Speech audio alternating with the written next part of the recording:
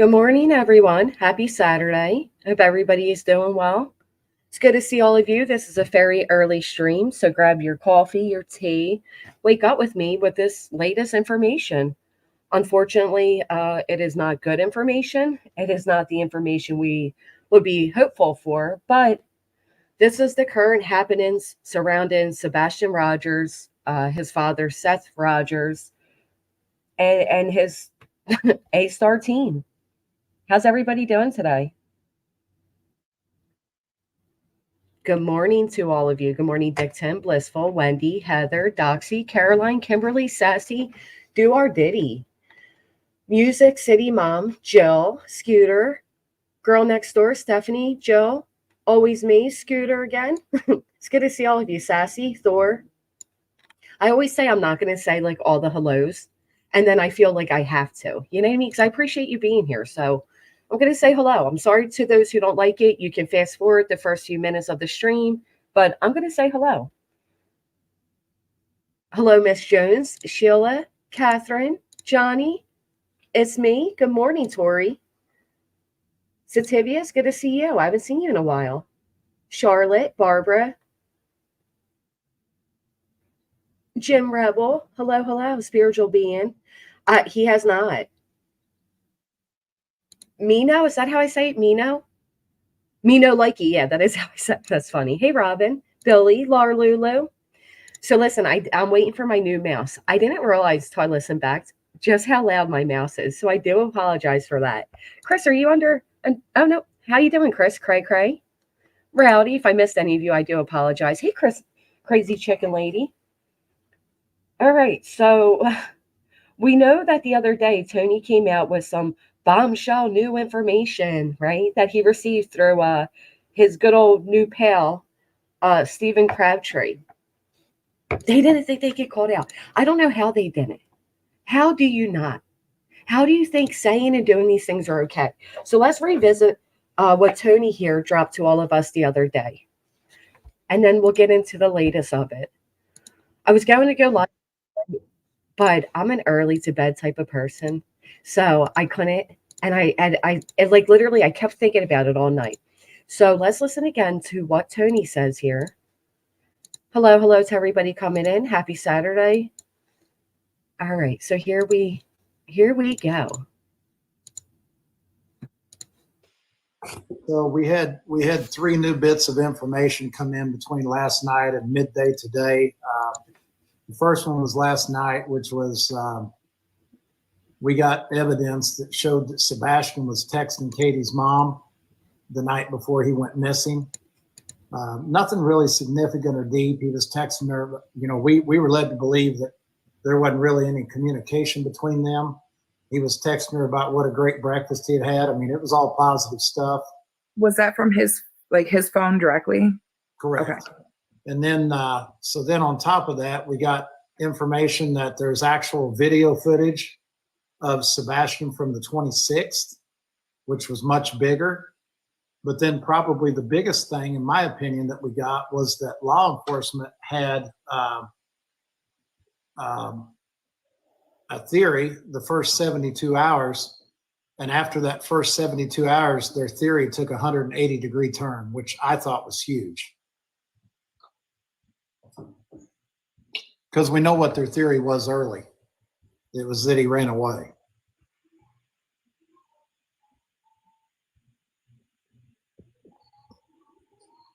Someone in the chat just asked, how do we really know that it was him texting?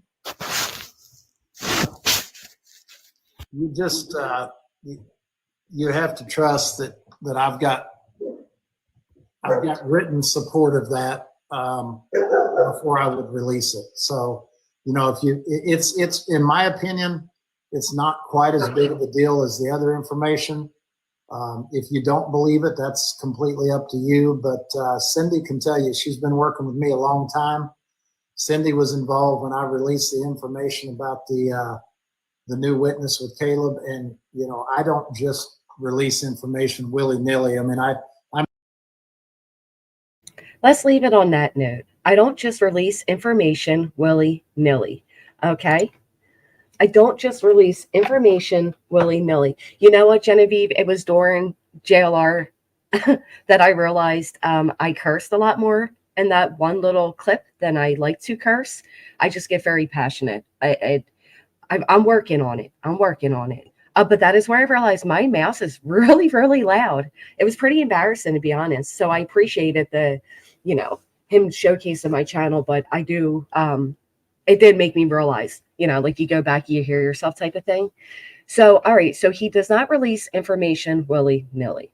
So that information comes out and everybody's like, oh my goodness, Seth was unaware and they never notified him. And then this comes out.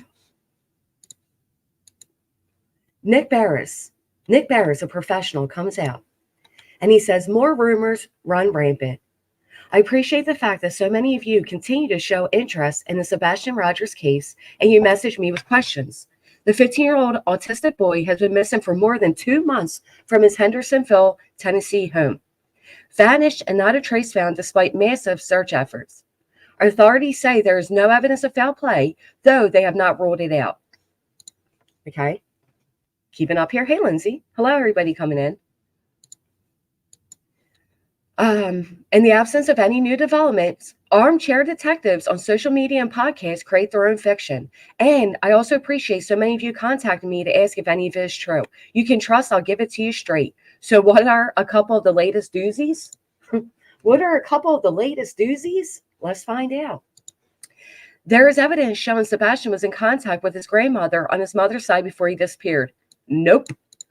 How do I know? I've been in direct contact with the lead investigator with the Sumner County Sheriff's Office, who says the latest stuff is all garbage. Garbage. Just like Stephen Crabtree. Just like Tony. Just like Nina Glass. It is all garbage. Right? I don't think your mouth is bad at all. Trust me. Oh, I do appreciate that. Thank you. I've been in direct contact with the lead investigator at the Sumner County. Okay, so we said that. Would they like to have new leads? You bet. And they respond to all tips. But they deal with facts, as do I. Do authorities tell us everything they have in a case file? No. But they won't lie and say something is false if it isn't. They will simply say no comment. Hopefully there will be a credible break in the case soon. Until then, please be very skeptical of stunning new developments unless they come from a credible official source. Call tips to 1-800-TBI-FIND. Share. And then we have this beautiful photo of Sebastian. Okay. So that's great, right? Nick Barris comes out and he says, listen, they're lying. It's lies. And we know that Tony and Seth and Crabtree were reveling in this new information. The internet ran wild. There's a big podcaster plans on going live later with this information. Everybody took it at face value, despite the fact that it came from this TikTok panel of misfits, right? This TikTok panel of criminals. So what do you know? Stephen responds. Right? Stephen responds. And of course, he has to respond. Look what you did, Stephen. Put a 1 in the chat if you want to hear Stephen's excuse for what he did. Now, let's keep this 100. Let's really look at this. This is interference in an investigation. This is bull crap. Oh, caught myself there, pretty is. This is bull crap. These are non-professional TikTok loving weirdos coming out here giving false damaging information when it pertains to a 15-year-old missing boy. Lots of ones coming up. So you guys are interested. Let's hear it. All right. What do you got for us here, Stephen Crabtree? Stephen Crabtree, who said he went and spoke himself. Now, who remembers the name that Stephen said he spoke with at the station? Because I personally, I thought I remembered a particular name. So I want to know, my kids are sleeping, Jason. I'll be damned if I wake them up. I want to know if any of you recall the name that he told us of the officer he spoke with. Oh, Tony, take a break, dude. Go get, let me look this up.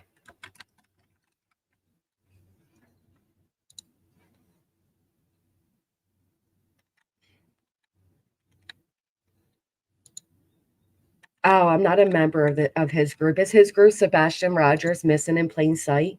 Could you email me that? Simply Southern, would you mind? At not I hate my channel name and I hate my email. Not y'all business. But no, seriously, if you wouldn't mind, here's my email. If you could please. David, right? David. Yup. All of you are saying David with me. Absolutely. So let's see. Let's hear. Second in charge, David, is who he told us he spoke with. I'm so glad so many of you remember. All right. So let's see what Stephen has to say after he is confronted. I just want to come on here before any lives or anything like that. And I'm sure a couple people might say something about this, but I am a man. When I make a mistake, I'll come here and say it. Now, so he's sure people will say something about this, but he's a man. When he makes a mistake, he comes and says it. Listen, man, you didn't make a mistake. You straight up lied. You lied pertaining to the details of a disappearance of a 15-year-old child. This is the salt of the earth guy. Yep. Mm-hmm. I had the opportunity to have the major of the head guy over the criminal investigations unit, Tim Bailey, had the opportunity to talk to him today. And what I will tell you is what gave you that opportunity there? Hey, J-Dub, what do you think led him to having that opportunity? The fact that you are out here lying? But let's not forget, this salt of the earth guy is being recommended, highly recommended, and highly spoken of by Tony Mathis, who is the PR guy for Seth Rogers, the father of Sebastian. Made a very, very crucial mistake when misspeaking about. I'm going to try not to pause so much, but I'll tell you, this makes me angry. He made a crucial mistake when misspeaking. Crucial mistake when misspeaking. How many of you think it was a mistake and that he misspoke? He simply misspoke. Put a 1 in the chat if you believe this guy didn't simply misspeak. Put a 2 if you believe he just misspoke. Poor guy misspoke. To thousands of people that are desperate to pull on the heartstrings of many of us who truly care about Sebastian. He just misspoke, guys. He came out with 3 new clues pertaining to Sebastian, but he just misspoke. Not many people are believing you over here, Stephen Crabtree. Oh, okay. I'm so glad you're all with me because this guy, another used Dyson vacuum sealer, right? The camera footage that they have and all the footage that they have gathered, they have not seen Sebastian past the date of the 26th that he went missing. This is my fault for saying have not camera footage. Very crucial mistake when misspeaking about the camera footage that they have and all the footage that they have gathered. They have not seen Sebastian past the date of the 26th that he went missing. This is my fault. Of course it's your fault. Of course it's your fault. Who else's fault would it be? You came out here telling everybody you spoke to the second on the case, David, and received all this insider information that immediately those of us with operating brains said, nah, no way. No way. But Tony over there, what did Tony say? He won't put out information all willy-nilly, right? Tony, you can trust in Tony. He's going to verify everything before he comes out with it. Nope, Tony just pushed. Right, you think if he misspoke, a good PR guy would have corrected it promptly. Tony just pushed the misinformation even more and told us all to believe him. To believe him. Tony is full of baloney. Absolutely. Thank you, Simply Southern. I truly appreciate it. For saying, for me making an understanding after talking to him that when we were talking and was talking about all the camera footage and I had asked the question, he was simply stating, no, they have gathered every bit of footage they could from all the cameras that they could and including the one where, it was said that, he was in the area. They went to those locations and was, where they could get camera footage and got those. Everything he just said is word salad sprinkled with bullshit dressing. Okay. Everything he is saying is so ridiculous. Oh. I thought that he said that, or took it as a way of like, oh no, yeah. So the day that we have footage that he has seen past that day. Why are you stuttering, fool? You can't just come out and say you lied, can you? You got to dance all around it. So they told Steven that they looked at all of the camera footage and all of the area like they normally would, right, as an investigation for a missing child. And he somehow, I thought, he somehow came up, oh, you're right. You're right. This is very reminiscent. He somehow comes out with this whole conclusion on his own. Like, oh no, yeah. So the day that we have footage that he has seen past that date. Cindy will be able to explain this a lot better. She also talked to him. Who the fuck is who? Excuse me. Who is Cindy? Can anybody tell me who Cindy is? We now got a Cindy on the scene. And listen, I don't know how all of you feel. This is how I feel. If the person is being recommended by Tony, I don't trust it. If it's being recommended by Crabtree, I don't trust it. These four are all in cahoots through the Caleb Harris case. And they have done nothing of substance over there. And here they are now moving on to this one. She doesn't even go here. Who invited these people, Skilo? Who invited these people? Shoo, go away. The professionals got this. We don't need your convict team of people coming in here asking for everybody's money and giving false information. We just don't need it. A lot of things, man, that I can say. But first and foremost, I want to apologize to Gator. I don't do that stuff. I'm not a crime talk. I'm going to make a mistake. And I've always said this on every one of my videos. Check my information, do your own research, and you find out. And unfortunately, trying to be helpful, it would be something that would be very bad in the sense of like where it got out to, in the fact that it put hopes out there that were false. What? Did I tune this guy out, or is he not making sense? I think I did it. I think it's a bit of both. I think I tuned him out and he's not making sense. So am I understanding correctly that he said he knew on a public, Lord, I don't know. He wants to put bets on it. He didn't know that putting this out there on TikTok where everybody's listening because people trust and believe in Tony. Hey, Carrie.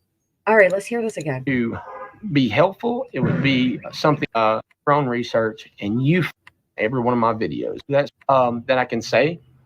But first and foremost, I want to apologize to Gator. I don't do that stuff. I'm not a crime talk. I'm going to make him. I'm not a crime talk. I don't do that stuff. I'm not a crime talk. Then what are you doing? What is he doing? Go away. Mistake. And I've always said this on every one of my videos. Check my information, do your own research, and you find out. So silly us, as everybody who believed him, it's all of your fault. Excuse me, it's all of your fault for believing him. If you trusted Tony, it is your fault.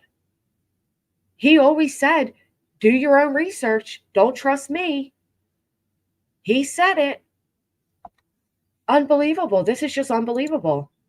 And unfortunately, trying to be helpful, it would be something that would be very bad in the sense of like where it got out to, in the fact that it put hopes out there that were false. It put hopes out there that were false. Yeah, I don't like his apology. I don't want his apology. Jason, thank you for becoming a member. I don't want his apology. I don't like it. I don't even feel like this. I feel like this is a salesman's talk. Like, I'm so sorry the car I sold you was a lemon, but I told you to make sure it wasn't a lemon before I sold it to you. That's the vibes I'm getting. It's just cringy. making Seth believe that, that his son had been seen past that date of the 26th. That I am truly sorry for. And when talking to Tim was very, very nice, very positive. He said, one of the main reasons why he did not, that Listen close to Stuttering Stephen over here. Okay, listen close to him. Listen to what he's about to say here. That they don't like doing press releases every day, like in every week or anything. It's because, in all honesty, he doesn't want to deliver nothing burgers. He don't want to get Seth and the family's hopes up. They don't do pressers every day because they don't want to get the family's hopes up. They don't want to deliver nothing burgers. Who remembers this merry band of idiots sitting on TikTok saying, we're going to demand the police give us a presser. We're all going to call the station. The bullhorn over there, and sweet old Tony and Crabtree and all these people. Thank you, Jason. They were all sitting there saying this, right? We're going to demand, we're going to call them and tell them, I don't care if they have anything to say or not. We want a presser. No, this guy is not the PI. This guy is salt of the earth. Danielle's dropping a 1. She remembers. Anybody else remember? Let me see those ones. Who recalls them saying, we're going to force them? I don't care if they have information. We want a presser. Hey, Nanya. He's packing a lot of, I'm looking out for you. Yes. But I told you to look out for you. I don't. It's where this guy just decided to be the spokesperson for the police department. I'm pretty sure it's called a PIO, and that ain't you, sir. Right, Rickety. Okay, so we recall that. So now he's like, well, the reason they don't do it is because they don't want to deliver nothing burgers. Okay, Steven. There's a lot more to this. I can say that I can't put into words correctly because I don't think I'm the person that should be doing this, right? Then why are you doing it, you asshole? I'm sorry. Listen, I'm trying not to curse. Oh my goodness, stop it. This is now the second time he said he is not a crime talker and that he shouldn't be doing this. Can listen, let's go ahead and drop some stop signs in the chat. Put the hand stop emoji or stop sign. Yes, we are with you, Stephen. That is one thing I think we all agree and believe you on, is that you should not be the one doing this. We don't want you here. We don't need you and your Caleb Harris crew involved. That's right, Jill. Go away. We do not need you in here. I can't believe he's all like, I shouldn't be the one and I'm not a crime guy. Then why are you here? Why are you here?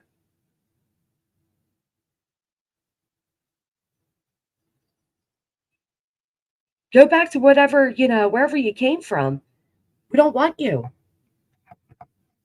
Ooh, I'm telling you, a lot of people don't want you. Go away. So he's a regular guy who called a detective, just like anybody else can, twist to the words, accidentally or not, then ran to the internet with them. And the spokesperson used it as a few getter. Yes.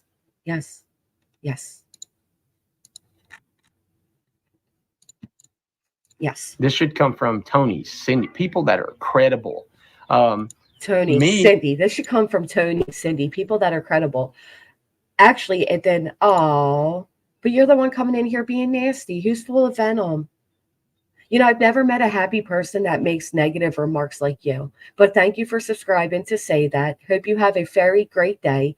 I hope you never have people give out information of your family, especially false information, if God forbid you were ever to end up in this family's position. Okay? Bye-bye. Saradia DuPont.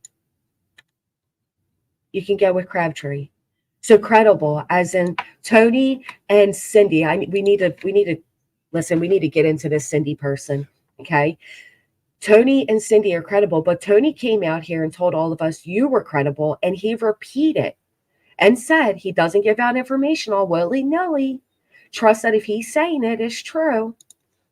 This should come from Tony, Cindy, people that are credible. I went up there, absolutely. And Tim did tell me that David in our conversation was recorded, which is great to know. So you should be able to get that information, right? Wow. David and I's conversation was recorded, so you should be able to get that information, right? You are unbelievable here. This guy is telling us himself that he's not to be trusted. He's not to be trusted. And you know what's sad? He was getting all this praise for doing this. He was getting praise.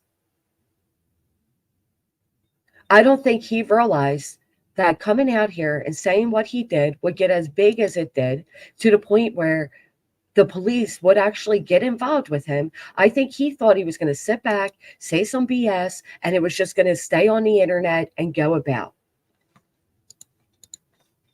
But first and foremost, I wanted to come on here without going on anybody's lives and tell you, hey, I made a big fucking mistake on a key detail point when it come to if Sebastian Rogers was seen on the 26th or, after the 26th.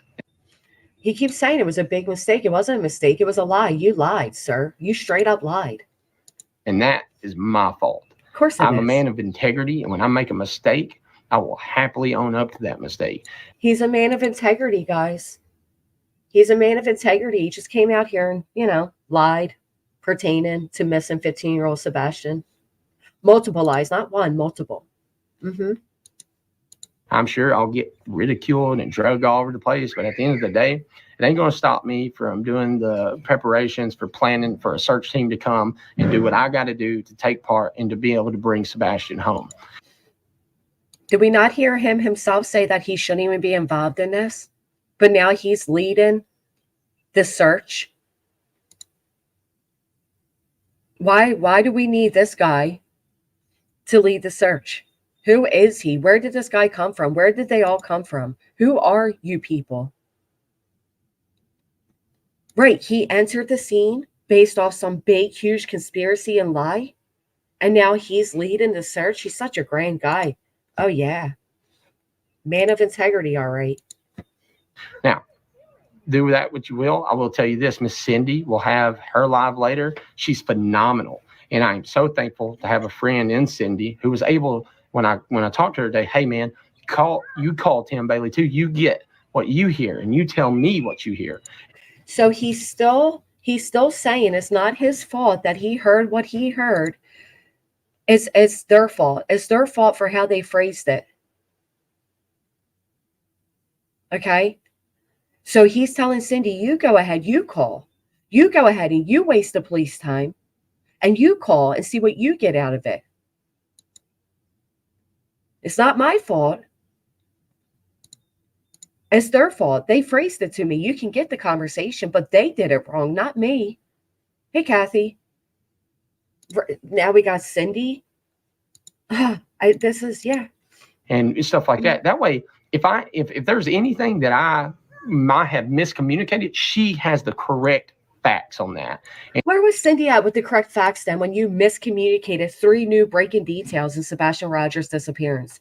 Where was Cindy at then to call you on your shit? Why didn't Tony, the PR guy, take a moment to research it before he came out here and co-signed it? What are these people doing? I feel like this is a game. I feel like this is right. Yep. We spoke about that one yesterday, Harley Ryder. He said he was going to pay for Nina's truck be repaired. That, you know what that tells me? This is how they fundle, right? They're all working together. They're all, and behind the scenes together, and they're conducting these plans. Now, if they were to come out and have a fundraiser like they initially wanted to over Nina's truck, it would likely be in the format of a GoFundMe or a PayPal fundraiser, both of which people can see how much is raised towards the goal, and once the goal is met, the funds stop. The way they are doing it now is, Stephen paid for it, so now everybody's going to go ahead and send Stephen's personal payments money, where none of us can see how much is gathered or when the goal is met, and they get to fundle it that way. It's a plan amongst criminals, is what it is. And I am super happy to have somebody like her because, again, I'm not an investigator. I'm just a guy from Hendersonville that posts stuff, and this case took a part. It took a big part of me. At what point into this case did it take a big part of this guy? When did you all see this guy? When did this guy come on the scenes for all of you? It took such a big piece of his heart that he came. I see you. I said hi to you earlier. It came. He came on the scene 70 days later. Such a big part of his heart. And I think if he thinks the more he grabs his heart, we're supposed to believe it. You know, obtaining money by false pretenses. It's very annoying. All these professionals are on TikTok where the live streams vanish. Good morning, Granny. Just subbed up. Want to join this fight over here, too. There's so much garbage burying Sebastian now. You can't even see him through all the noise. It's exactly what I've been saying, Brianna. Thank you. Thank you for the super chat. I appreciate it. The fact people are raising money for a woman who tried to pew-pew someone tells me enough. Maybe she and Fred Hill can use their experience to start a new team. You got blocked on TikTok for asking a simple question because that is what professional, honest people do. They block you if you ask a question that they, should be able to answer but won't. Let's finish out Stephen here. And it means a lot to me. That being said, moving forward, rule number one, Stephen is not an investigator. Leave that to the people that do it. Tell that to yourself, Stephen. Why are you telling us? Tell us. Oh, yeah, raising money for the pew-pew court lady. Yep. And guess what? If she goes and she searches for Sebastian, she gets time off her community service as credit towards community service. You can't make this up. Welcome, Toe Beans. Thank you so much. I'm so thankful to have so many of you in here today, this morning, early Saturday morning, that understand the importance of what these people are doing. I wanted answers. And, I found out from Tim today that they are absolutely talking to media and stuff, though. It's just maybe it's not what people want to hear. That you idiot. I'm sorry, this idiot. They are talking to media and stuff? Really? there's nothing to be said right now. Oh, They are absolutely day in and day out working this case. But anyways, that's my saying. I am truly sorry to the Rogers family, Katie, Chris, everybody, Seth, that false information was given out there, but I have no problem admitting when I'm wrong. And that's what I'll say. I have no problem admitting when I'm wrong, and that's what I'll say. In Tulayla's case right now, too, we're working to stop it. I think everybody should spread the information on who these people are, what they've done. So Nina enters the scene, and she immediately needs your money to not only put diesel in her truck so she can travel to Tennessee, but she also needs $2,200 worth of truck repairs. Then we meet Mr. Crabtree over here. And what is he? He's some drone guy, right? He owns a drone. And, he comes down. He has 3 new breaking details pertaining to Sebastian Rogers' disappearance. The following day, he has to come out and admit that, he lied. But it's not his fault he lied. It's your fault for believing him. And you can go ahead and hear what he heard and see how you take it, right? They're going to force the police to do a presser. But the police aren't doing pressers because they don't want to, give nothing burgers. But this guy sat on a panel where they said, we don't care if you don't have anything to tell us. We want the information. And you may ask, well, what is Tony doing right now? Surely Tony's admitting that he's wrong and he shouldn't be, following the word of Crabtree, who knows nothing and is not an investigator. And, surely Tony's apologizing for coming out here and lying as the man we are supposed to trust and believe to represent Seth Rogers. Here's what Tony has to say. If they would do a press conference or communicate with the father, we wouldn't have to rely on local citizens off the streets to pressure for information. Nobody is lying about anything. Misunderstanding and walkbacks are much more likely. Hey, Nick, instead of throwing shade at a citizen from your community trying to help, why don't you tell the SCSO that the community and the father want and deserves answers? If this case is over their heads and they truly have no leads, then have them elevate it. You being disrespectful to a volunteer trying to get answers tells a story in and of itself.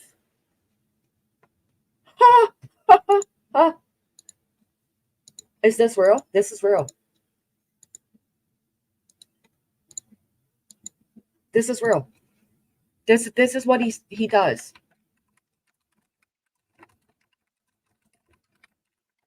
This is what he has to say for passing around false information and saying he doesn't put information out there all willy-nilly on a TikTok panel in the middle of the night that disappears by the morning. No. He stands by his word. So now he's going to start with Nick. Really? How many good people are you going to chase away there, Mr. Tony Mathis? Nick Barris had to come out and clean up your mess and you're angry about it? But how about he's an actual professional? Here you go, starting problems again. Let's see what else we've received in this lovely email box. Oh. Here goes Katie. Is this Katie's mom? Well, let's see this. Okay. So Sebastian wasn't communicating with KB Biomom on the 25th February? They have not even seen the information we have regarding that. It was turned over to TBI with no callback to the provider. Ooh.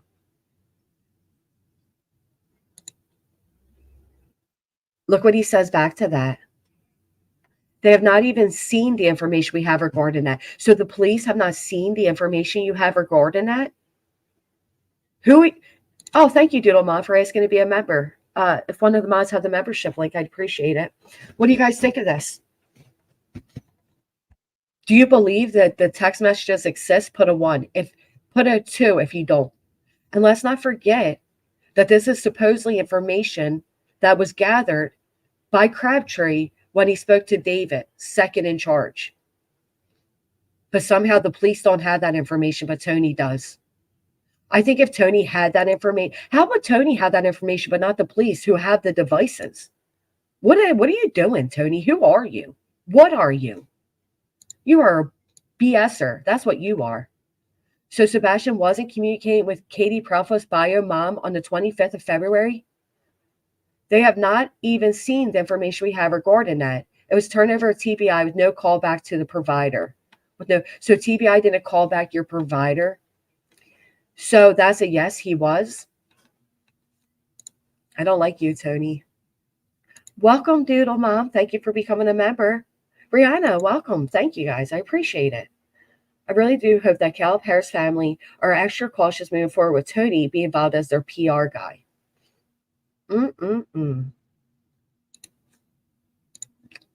So the police don't even have that information. Okay. Let's go through a few more of these.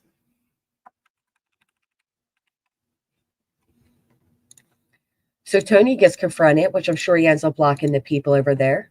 Oh, let's see. Trevor says, it's my understanding Katie is estranged from parts of her family. How would Sebastian even be able to talk to her? Make it make sense, right? It's just another juicy gossip. Mr. Tony, you are not being fair to Mr. Nick. He been there since day one, just like me and thousands more. He has made comment after comment. Do not believe everything you hear. That is true. Come to the point of Seth. I know he has hopes high, but today starts a new day. Maybe Seth can start searching more. Maybe Seth can start searching more, right? Tony responds, I'm judging him only on his approach and his story. That's not how you approach a citizen trying to get answers for a grieving father. No, it is. That is exactly how you approach a citizen that lied about answers to a father. It's exactly how you approach it. The whole story looked like a piece out of the inquiry. I would have no problem with simply stating that there was some information relayed that wasn't accurate. It was aggressive, and the only person in the world that should have a right to publicly aggressive is Seth Rogers. Enough is enough with the lack of transparency. Communication is key. Communication and access calms everyone down. Yes, ma'am. Today's a new day. We appreciate your support. So the only person who has a right to be aggressive is Seth. What about Chris? What about Katie? Do they have a right to be aggressive? What about the public? Do we have a right to be aggressive? We sure do. Tammy, thank you. Keep up the good work, Jess. This is what you're supposed to be doing, exposing these creeps. Thank you so much. What Tony did to Trevor was absolutely disgusting. Trevor's been there for Sebastian since day one. Completely agree. All right, let's see what else we got over here. Stand up, Tony. Respectfully, Seth and Sebastian need law enforcement media on his side. Criticize them on Facebook is not a good look, in my opinion. I couldn't agree more. Tony, the PR guy, again, is isolating Seth Rogers from every single professional. I know, Music City Mom, I know. I can't get past the fact that Seth violated CPS confidentiality by letting Tony read those reports, and they both violated by answering Pascal, and CPS has done nothing about it. They broke the law. So Tony responds, the story in his presentation is not a good look either. Seth has tried with LE, and they continue to not communicate with him or the public. I wonder why, Tony. It would squash a lot of the craziness and drama surrounding this case. You are the craziness and the drama surrounding this case.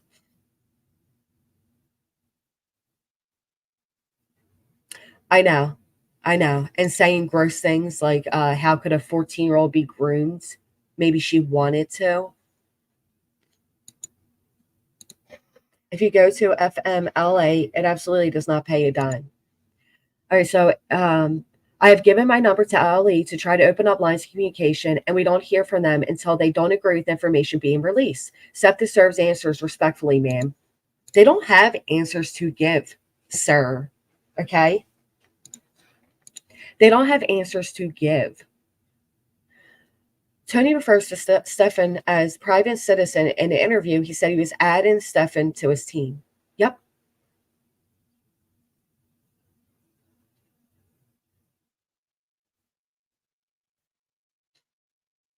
He doesn't work for a team. I'm fully aware of what you all are trying to hold over Trevor's head, and I don't think it is what you all think it is. You could be just Team Sebastian. You don't have to agree with either side of the parents to be there for Sebastian. All right, so Sebastian wasn't communicating. There we go. Haven't received a call back. Yeah. You're a joke, Tony Mathis. You're a joke. It's the police's fault that Nick came out here, or I'm sorry, that Crabtree came out here and lied. It's his fault. Even though we hear him himself say that if they don't have anything to give, they're not going to come out and give nothing burgers. But here's Tony demanded they come out, waste more of their time and their resources to speak to the public about things they don't have. What would be the point of that? Wouldn't you prefer that they take the time? Listen, and I think people fail to forget this. There are so many kids missing out of Tennessee right now. But I can promise you, Sebastian is not the only case that these police are working on. The FBI has been involved. Local LE has been involved. TBI has been involved. Maybe they're too busy to come out and do a presser with no information. Maybe they don't want to. Listen, they're damned if they do, they damned if they don't, right? Because if they come out and they have nothing to give, people will be angry. Well, what was the point of that? You had nothing to give us. That Cindy is some sort of investigator, reporter, from what they say. Let's dig into that. Let's dig into that. All right. First, let me do this really quick. While I take a moment to do this, I would appreciate if you can all hit the thumbs up. I'm going to once again play Tony's words when he came out with this very interesting new information that changes the case. All right, let's hear him again say how he's so credible. So we had 3 new bits of information come in between last night and midday today. The first one was last night, which was we got evidence that showed that Sebastian was texting Katie's mom the night before he went missing. Nothing really significant or deep. He was texting her. We were led to believe that there wasn't really any communication between them. He was texting her about what a great breakfast he had had. I mean, it was all positive stuff. Was that from his phone directly? Correct. Okay. And then, so then on top of that, we got information that there's actual video footage of Sebastian from the 26th, which was much bigger. But then probably the biggest thing, in my opinion, that we got was that law enforcement had a theory the first 72 hours. And after that first 72 hours, their theory took a 180-degree turn, which I thought was huge. Which he thought was huge, right? Does anybody still wonder why the police will not speak with Seth Rogers? Anybody still have questions to why that is? Center woman is Cindy. Ah, okay. Very interesting. This is Cindy. I actually liked a lot of what she had to say. Give me 1 second, because I'm not going to lie. I actually did like what she had to say. Let me fix this. Okay. Because I felt like she did call out Stephen on a few things, if I'm correct. Now, I could be wrong.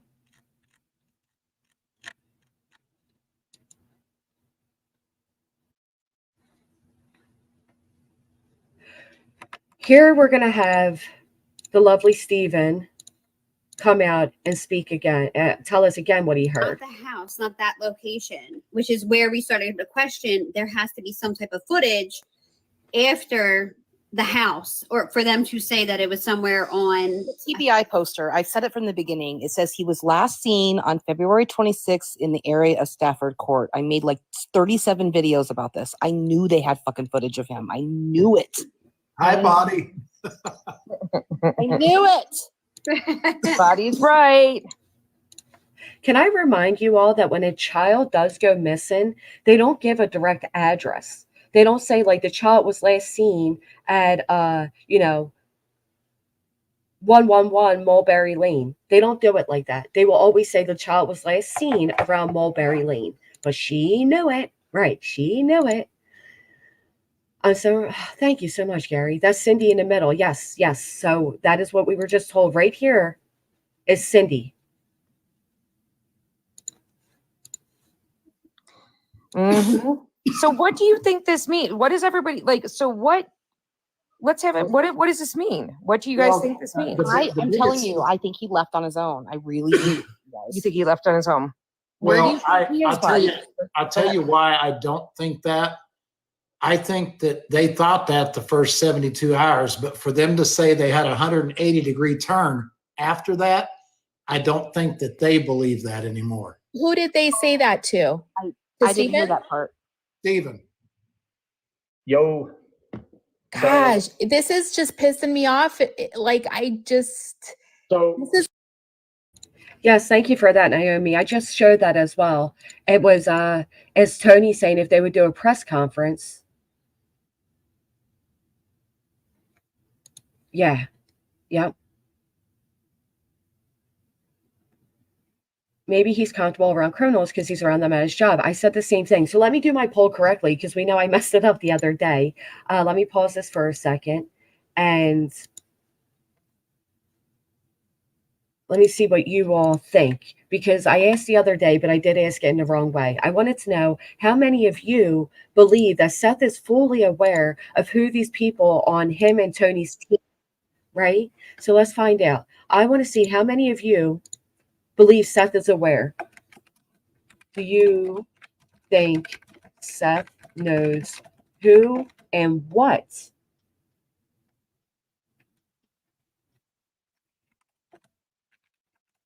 the people on his team are? Seth. Not Tony, but Seth. I'm curious how many believe he knows. So there's not one person on this panel that asked, why would Ali give this info to a random dude that isn't related to the case? No, they just enjoyed the attention it was given. It's wild to me that they are telling me this even. I asked the question. Well, there we go. Ocean said it. Ocean said it's wild to me that they would even tell you this, Stephen. Ocean does call him on his crap. Hey, Kraken. Was this a criminal investigation or not? He said that information has already been put out there. And I said, what do you mean by that? The TBI spoke about this already. I said, I seen something, but it didn't mean it was factual. I thought it was coming from hearsay. Well, he said, I can tell you that in the first 24 hours, it was a runaway. After that, it turned into a missing case. You guys remember Tony over there saying that they changed. They had a 180 in their opinion. That after a few days, they had a complete 180 in their opinion of what happens to Sebastian. Well, there you go. Right here, Stephen answers that. But it's not the juicy answer that Tony wants. You know, the one that says the Proudfoots are guilty. It's not that. So he doesn't pay attention to this part. Okay? Thank you, Stella. Let's hear that again. Well, he said, I can tell you that in the first 24 hours, it was a runaway. After that, it turned into a missing case. Then he said, I can tell you that 72 hours into this, we had a whole nother direction we were going. We started collecting footage from all areas that we can look at with all cameras to see what we could come up with to see whether he really walked off or somebody got him. Right. That's what police do there, Stephen. Welcome. Welcome to learning what police do. Right. Reap what you sow. Let's pretend we believe this guy. Okay. Let's just pretend. But that's what police do. Right. If at first it's a runaway and they look, they don't find the child, then it becomes a missing child. And then if they still don't find the child, now they're going to start looking and pulling all the footage, all the cameras in the area. They're going to speak to neighbors, which they did day one, actually. So what are you talking about, Stephen? Whether Steph is aware or not, I have no respect for someone who shows zero loyalty for the original team that worked with him. Yep. And the local police, given that he labels himself a police officer, he has disparaged them completely. Every professional that has worked with him, he has disparaged. He disparaged Chloe. He disparaged Heather. You name it. Cajun Navy, everyone. He said a lot of the cameras were actually, we had a lot of good camera footage in the area. There was a lot of people that brought that forward, right? And he said, so that's where that everybody not coming forward. That's why we, that was funny because Tony confirmed that just then. And I've kept that to myself, actually. Oh, you've kept that to yourself, actually, you citizen sleuther. You kept that to yourself. Remember, he's just a regular citizen. That's interesting, Miss Fisher. Thank you for sharing. All right, so let's hear that again because Tony just confirmed that. That forward, right? And he said, so that's where that everybody not coming forward. That's why we, that was funny because Tony confirmed that just then. And I've kept that to myself, actually. So what did Tony just confirm? I didn't hear Tony say shit. What did he just confirm? That you're a moron? What is he even saying here? Maybe I just can't comprehend bullshit, but I'm trying really hard. I still don't know what he's saying here. Forward, right? And he said, so that's where that everybody not coming forward. That's why we, right? In the area, there was a lot of people that brought that forward, right? In the area, there was a lot of people that brought that forward, right? Okay. We got that. I got that. You got that? I think we got that. And he said, so that's where that everybody not coming forward. That's why we, that was funny because Tony confirmed that just then. And I've kept that to myself, actually. You kept it to yourself that everyone came forward? What are you talking about? Did anybody in the chat ever question if neighbors came forward with their footage? Am I missing something? Were we told opposite that nobody came forward? I think from day one, the police went door to door and everybody did help. So what is he talking about? He kept what to himself? You just came on the scenes here, sir. You know nothing. Matter of fact, Tony himself admits that he doesn't know anything about this case. So what are these people talking about? I don't know, Kathy, which one? Everyone was more than willing to give their footage, and they did. Right, what is he talking about? He's like, I kept that to myself. Like, what? You kept that to yourself? Wow. Thank you. You're weird. So the people had came forward. The only thing that was that was late in coming forward, and it's sad, for whatever reason, the Warsham stuff. Those people were 2 weeks later. And again, I don't even know those people forward, and it's sad, for whatever reason, the Warsham stuff. Those people were 2 weeks later. And again, I don't even know. I'm trying to ask that. Nobody will tell me. But there's still You're like 70 days later. So who are you and what are you talking about? What is he talking about? Can anybody help me here? I'm pretty up to date and I keep very much in touch with what's happening. And I still don't understand what this guy's talking about. The what stuff, right? The what stuff. What is he saying here? He's trying to allude to not everyone gave up their camera footage and he knew it and didn't come forward with it. What? Were they paid off by the Proudfoots, Kimberly? The local gas station, the one that he went into and filmed and asked for footage. So he's claiming they didn't. Listen, does he understand how this all works? The local gas station, the manager of the gas station can't just hand over footage to anybody. Usually, and a lot of times, companies, regardless if they're up and up or not, they will want a search warrant to obtain footage. And then the owner of the company or the highest up employee there has to do all of that. And believe it or not, people, it takes time. It takes time. It takes time for police to get warrants to get things done. Thank you, Sassian. It takes time for police to go over every footage that they receive.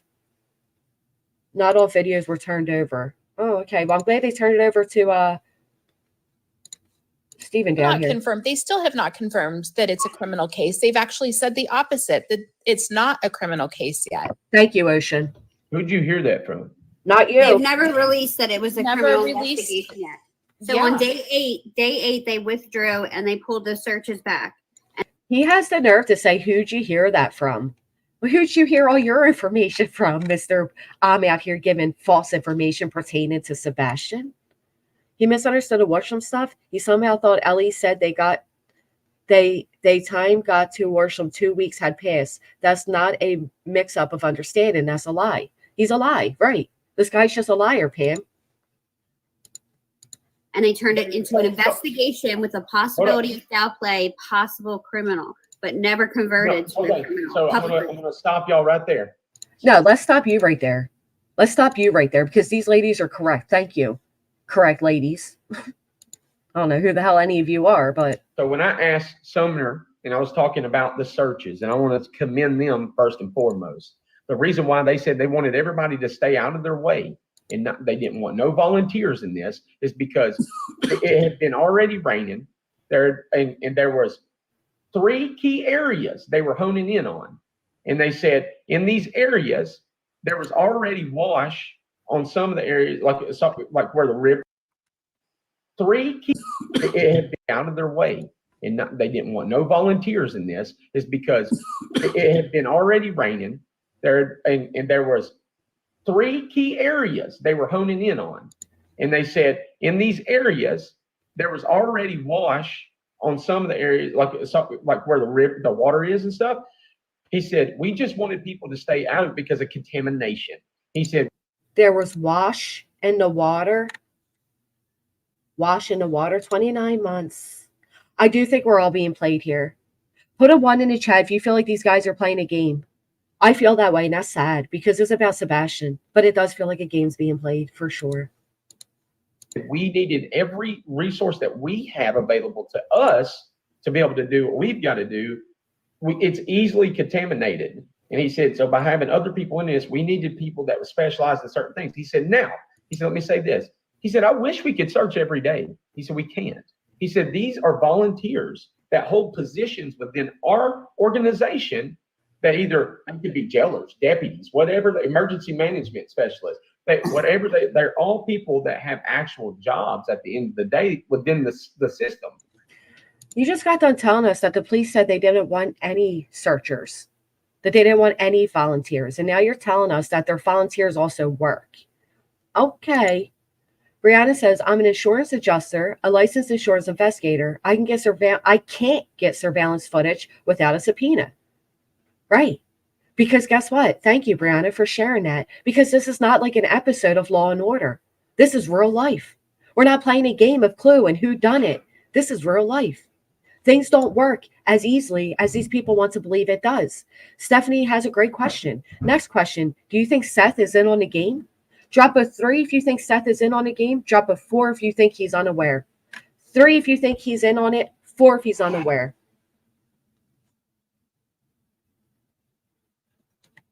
What are you in here saying again, Misty? Let me see, girlfriend, because you're so intelligent. Hold on.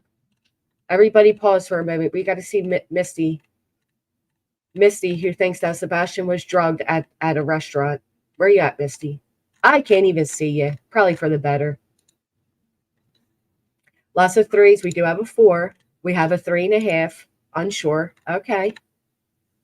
Stevens believes it's a 3. This is just a game to these people. It's so sad they don't see Seth is about the donos at this point. Even if he wasn't aware the first time, he damn sure should be now after several times. How about when Seth said that he got rid of Heather and Chloe because they want to give him tips?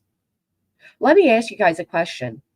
If you hire a private investigator, what do you expect the private investigator to follow through on tips?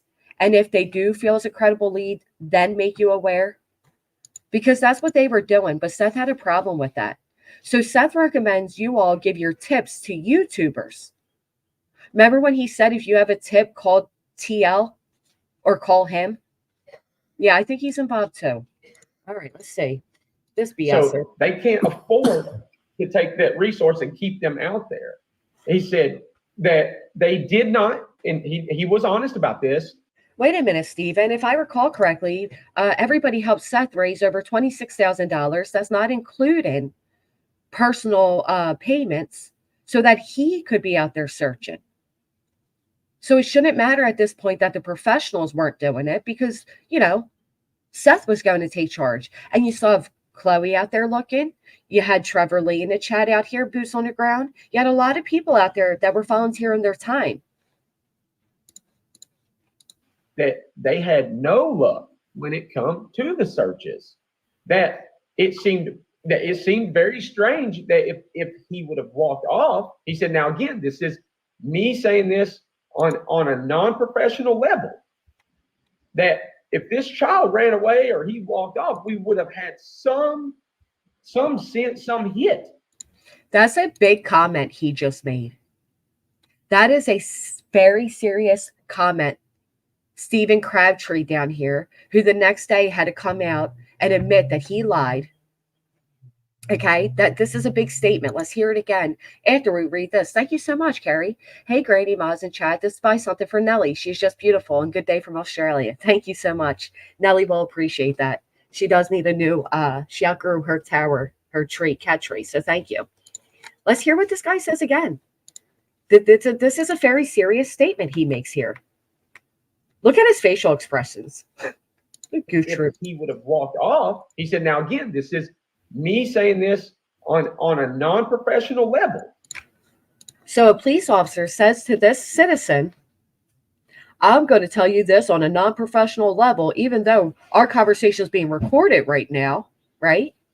Okay. And listen to what he says next. The fact that Tony said he would believe Stephen if he told him a Martian landed on Earth is great. He said that, Chris? Oh, Tony, you are such a phony. That if this child ran away or he walked off, we would have had some sense, some hit. There was nothing, ever. But that's still okay. But it's Let's talk about it. Let's talk about it, because that is such a serious statement to make. He is saying that the police officer that he spoke with said that if this there would be a sense. So now he's alluding that the police officer, the police who have not come out and said this is a criminal investigation, he is alluding that they told him that this is a criminal investigation. A Martian. Tony, I think you are a Martian. I think all of these people are working together. I don't think they just met. I think they've known each other for a very long time. I think they probably go case to case doing this. They probably have one person get in, slide in like the slithering snake, which would be Tony, get all good, chase out all the good people, and then he opens the gates for his convict friends. That's what I think is going on here. A week for 9 weeks, it says. So don't forget all the pay. Right. I agree, Luna girl. Still to tell you that is crazy. it's Now still that- yeah. I have no reason to doubt you. I don't know you. I have no reason to doubt you, but I'm sus. I'm just going to say that. Thank you, Baldy, because you have every reason to doubt him, especially because you don't know him. I'm going to tell you this, Colin. That's all I can tell you. I've done my footwork. There's videos. I'm not putting it on here. Tony and Seth have the. No, I totally respect that. So now he's claiming he also videotaped his conversation. Why don't you play it for us? Why are you telling us to go ahead and find out by calling the police? Why are you wasting the police time by suggesting everybody call and ask if what you said was true? And then what do we know? What did we find out today, everybody? I'm sorry, last night? That none of what Steven said was true. That it was nothing more than garbage. Garbage. That's what the investigator called your information. Garbage. A TikToker with too much time on his hands. That's what you are. An armchair sleuth that doesn't know how to sleuth. 100%. It's just crazy. And I'm telling y'all, look, ladies, I love every one of y'all. Please don't ever take mine. I want you. Listen, when a stranger says I love you, okay? Listen, ladies, I love every one of y'all. Then you got Tony out here calling everybody brother and love you and all these things. That's your first major red flag. Run the other way. I don't want you to think I'm picking on you or anything like that. It's just crazy. Y'all know I don't give a shit about that. Okay, good. Okay, I don't want you to be offended. No, that's the best part about TikTok, right? It's an open-ended conversation where we throw a theories. No, man, I could care less if people. I want Stephen, body on it. Please don't get it wrong, Stephen. Body, I will tell you. Hold on a second. Body. Shut up. Everybody shut up. You bullshitters. Tony tried to distract us from bringing Nina Glass to the case. Look over here, squirrel. I agree. Did investigator really respond to the things Steven said? Sure did. Here, I will show you. They responded through Nick Barris, who's a respected reporter. More rumors run rampant. Vanish without a trace. In the absence of any new developments, armchair detectives on social media and podcasts create their own fiction. Appreciate some of you. So, question. Investigators have obtained new video showing Sebastian alive on February 26th when he disappeared? Nope. There is evidence he was in contact with his grandmother? Nope. A matter of fact, I've been in direct contact with the lead investigator at Sumner County Sheriff's Office who says this latest stuff is all garbage. Garbage. That was their response to the Garbage Pail Club over there. Garbage. Absolute garbage. What an ignorant MFer. Scratch that. What a group of ignorant MFers. I think they are a ring of convicts. I think they know exactly what they're doing. I think they are doing this intentionally. And I do agree it's a look over here, not over there type of situation happening. The garbage bunch, the TikTok bunch. Yes. I can tell you that if Steven said that he was standing on the corner and he saw a Martian pick up somebody and fly off with him, I would believe that that's what he saw. So why are you sharing illegal substances together that you would believe he saw a Martian? There's that weird comment. So here is Tony, the guy we are all supposed to trust and believe, the guy that is hired to be the right-hand man of Seth Rogers, saying that if this clown on the bottom down here, who is entirely way too amped up, I've seen that shit before, if he saw a Martian. That is such an odd comment. Why on TikTok now? Because it goes away. Tony, Bosch, and Steven, what you did was effed up and morally wrong to prey on vulnerable, stressed victims. You both ought to be ashamed of yourselves. The setback Seth Sebastian didn't need, my opinion. Now the only question is Seth aware? Didn't Tony say none of them were going to be on social media? Yes, he said that his job was to get the Proudfoots and Rogers to work together and that the only social media platforms they would be on would be that of professional news outlets. And we all thought, great, that sounds fantastic. And it didn't last but 2 days. And when he said the other day gloves were off, when it came to the Proudfoots, I don't care how you feel personally. This is supposed to be a professional. And professionals, Jules, are supposed to be unbiased. Now, you can have your bias, but it should be behind the scenes. When he is publicly inciting people to go after the parents of Sebastian, it tells me a lot about who and what he is.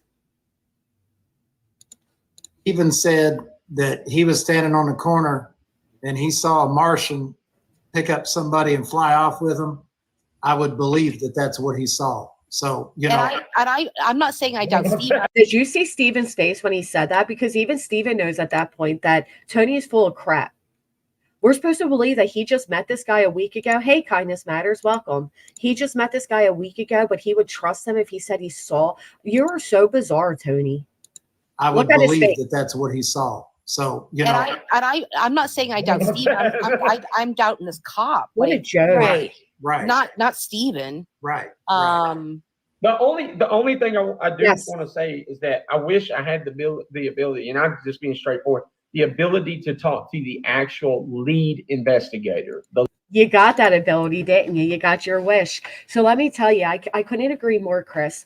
And I'll tell you why. Because while I was live yesterday, I clicked on on one of his TikTok videos to show, and I noticed he was live. And when I tuned in, he was talking about being picked on, and he was getting all these financial donations for doing so.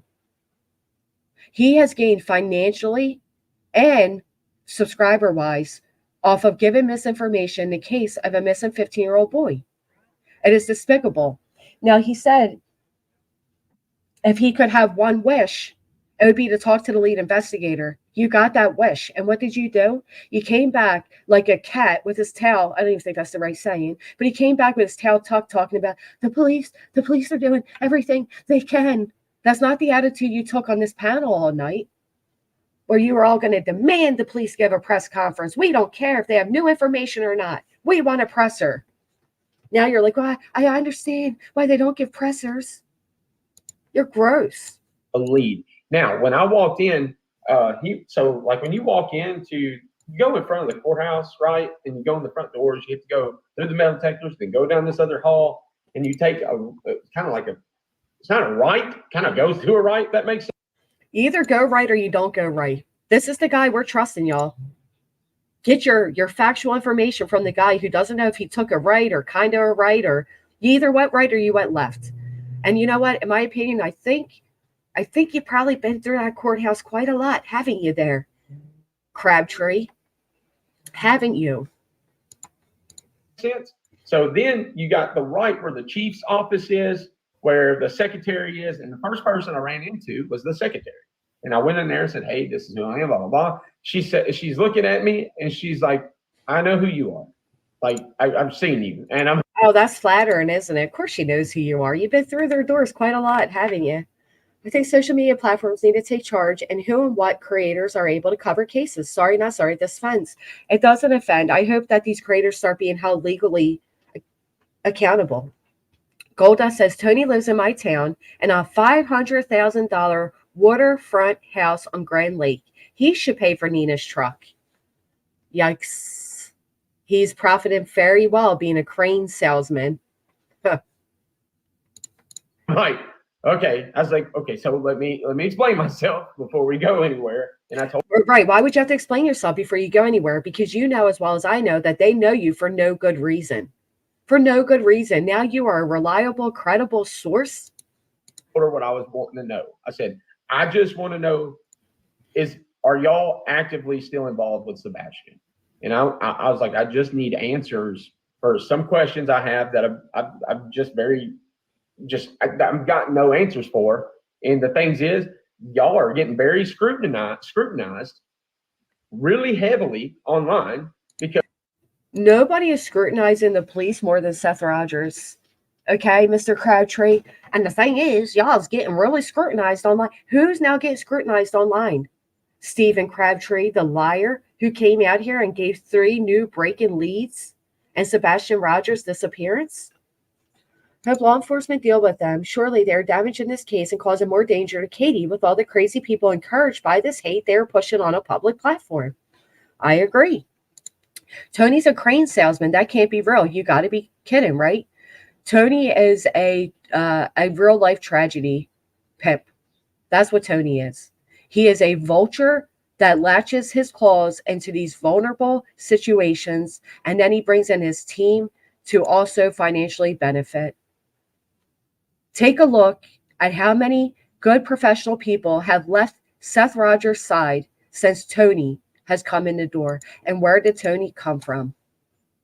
What is his credibility? because Look at his name, Sebastian's Army. Yeah. There's nothing here. There's no information coming from y'all, and it looks very bad. It looks like this has just been forgotten about. And she said, hold on, let me see what the investigator's doing. And she said, Oh, that's what she said. Will you talk to David? And I was like, who's David? That's the second investigator. And I'm like, oh, okay. I will say that the second investigator told me honestly, hey, I was in classes at the very beginning of this. When all this was going down, I was just in classes. What type of class? Like training classes or? Yeah, I think so. I think that's what it was. And you think so as you scratch your head. Okay. Seth said he doesn't do social media and they are isolating him. If he's gone back to work, he may not be seeing this. I realize I was being generous. Could someone get a hold of him and let him know? Yeah. You are being very generous. That's really nice of you, Danielle. He just had classes, Chase. I have no idea what the hell that means, to be honest. I'm assuming that. Yes. And then No, you're good, sweetie. But I can tell you, I don't know half the shit. Y'all know more than me when it comes to this. So he said that he was in classes. He would get later involved in it. He said by the time he got involved with it, it had already just blown up. He said kind of like the same time many of you got involved in it, right? When it blew up. That's when you all got involved too. Isn't that ironic? They had over, David said 100 some odd reports within so many time span. And again, I'd rather y'all just call them or talk to them, because my thing is I can take something one way, okay? So here he is basically admitting when it comes out that I lied, it's because I lied, right? Because I can take one thing one way. I wish that I was the type of person that could waste the police time and call them myself right now while we're live, but I'd feel horrible wasting their time with some TikTok criminal convicts fucking bullshit story. Sorry for the language, but that is the truth. Because my thing is I can take something one way, okay? Let me say this first and foremost. I can take something one way and maybe it meant something else. If that makes sense? Especially when it comes I don't know, 100 call-ins and all this other shit. I don't know what the heck that means, because I'm just thinking he's saying 100 people came forward. As a sleuther, you didn't care to ask him to elaborate on what he means before you bring it to social media? You're not very good at this. No, apparently a lot of people were speaking on the behalf of hey, we have Ring doorbell systems. We have this. And at the end of the day, all I'm hearing in my head is, okay, so I'm fixing to ask, do you have footage? Didn't he just say that people did not help? Didn't he just tell us that he found out that people did not come forward? And now he's saying that they said they had all the Ring. I don't understand what he's saying here. Do you have any footage of him? Is the day he went missing the day he went missing? And so it just kept progressing by, honestly, him talking. And I just led into questions. And then, so next, when I walked out of there, I was so excited. I think I texted Tony immediately. The citizen sleuth investigated the investigator. How impressive is that? You didn't answer the question, though, because you already told us that he said, yes, there was footage of Sebastian the day after he disappeared. That's what you all came out and told all of us. Seth uses these people like an octopus uses his tentacles. These people are his tentacles. He's not the victim, but the abuser in all of this. I'm curious how many people agree with you, JJ. Is Seth taking advantage of this situation? And then I was trying to call him, actually, and I texted Tony when I was sitting there. Hey, man, I'm sitting in here. Do you want me to ask anything specific? And so at the end of the day, I don't think he was being facetious or like I said, he was being super sweet, super nice dude. You don't think he was being facetious? You were. The only dishonest person that was in that room that day is you. And why didn't good old Sebastian's army Tony up here? Why didn't he call and speak directly with the investigators? Why did he send in this guy? This phony down here. I notice his little circle numbers are getting higher the more he speaks. What was his position? I mean, I know he's an officer, but He's a detective. He's not this the lead. This is a detective telling you this stuff? Yeah. He didn't tell me anything. Sorry, y'all. I gotta go. I don't know what else to say. I gotta go. Good on you for walking away from this BS conversation.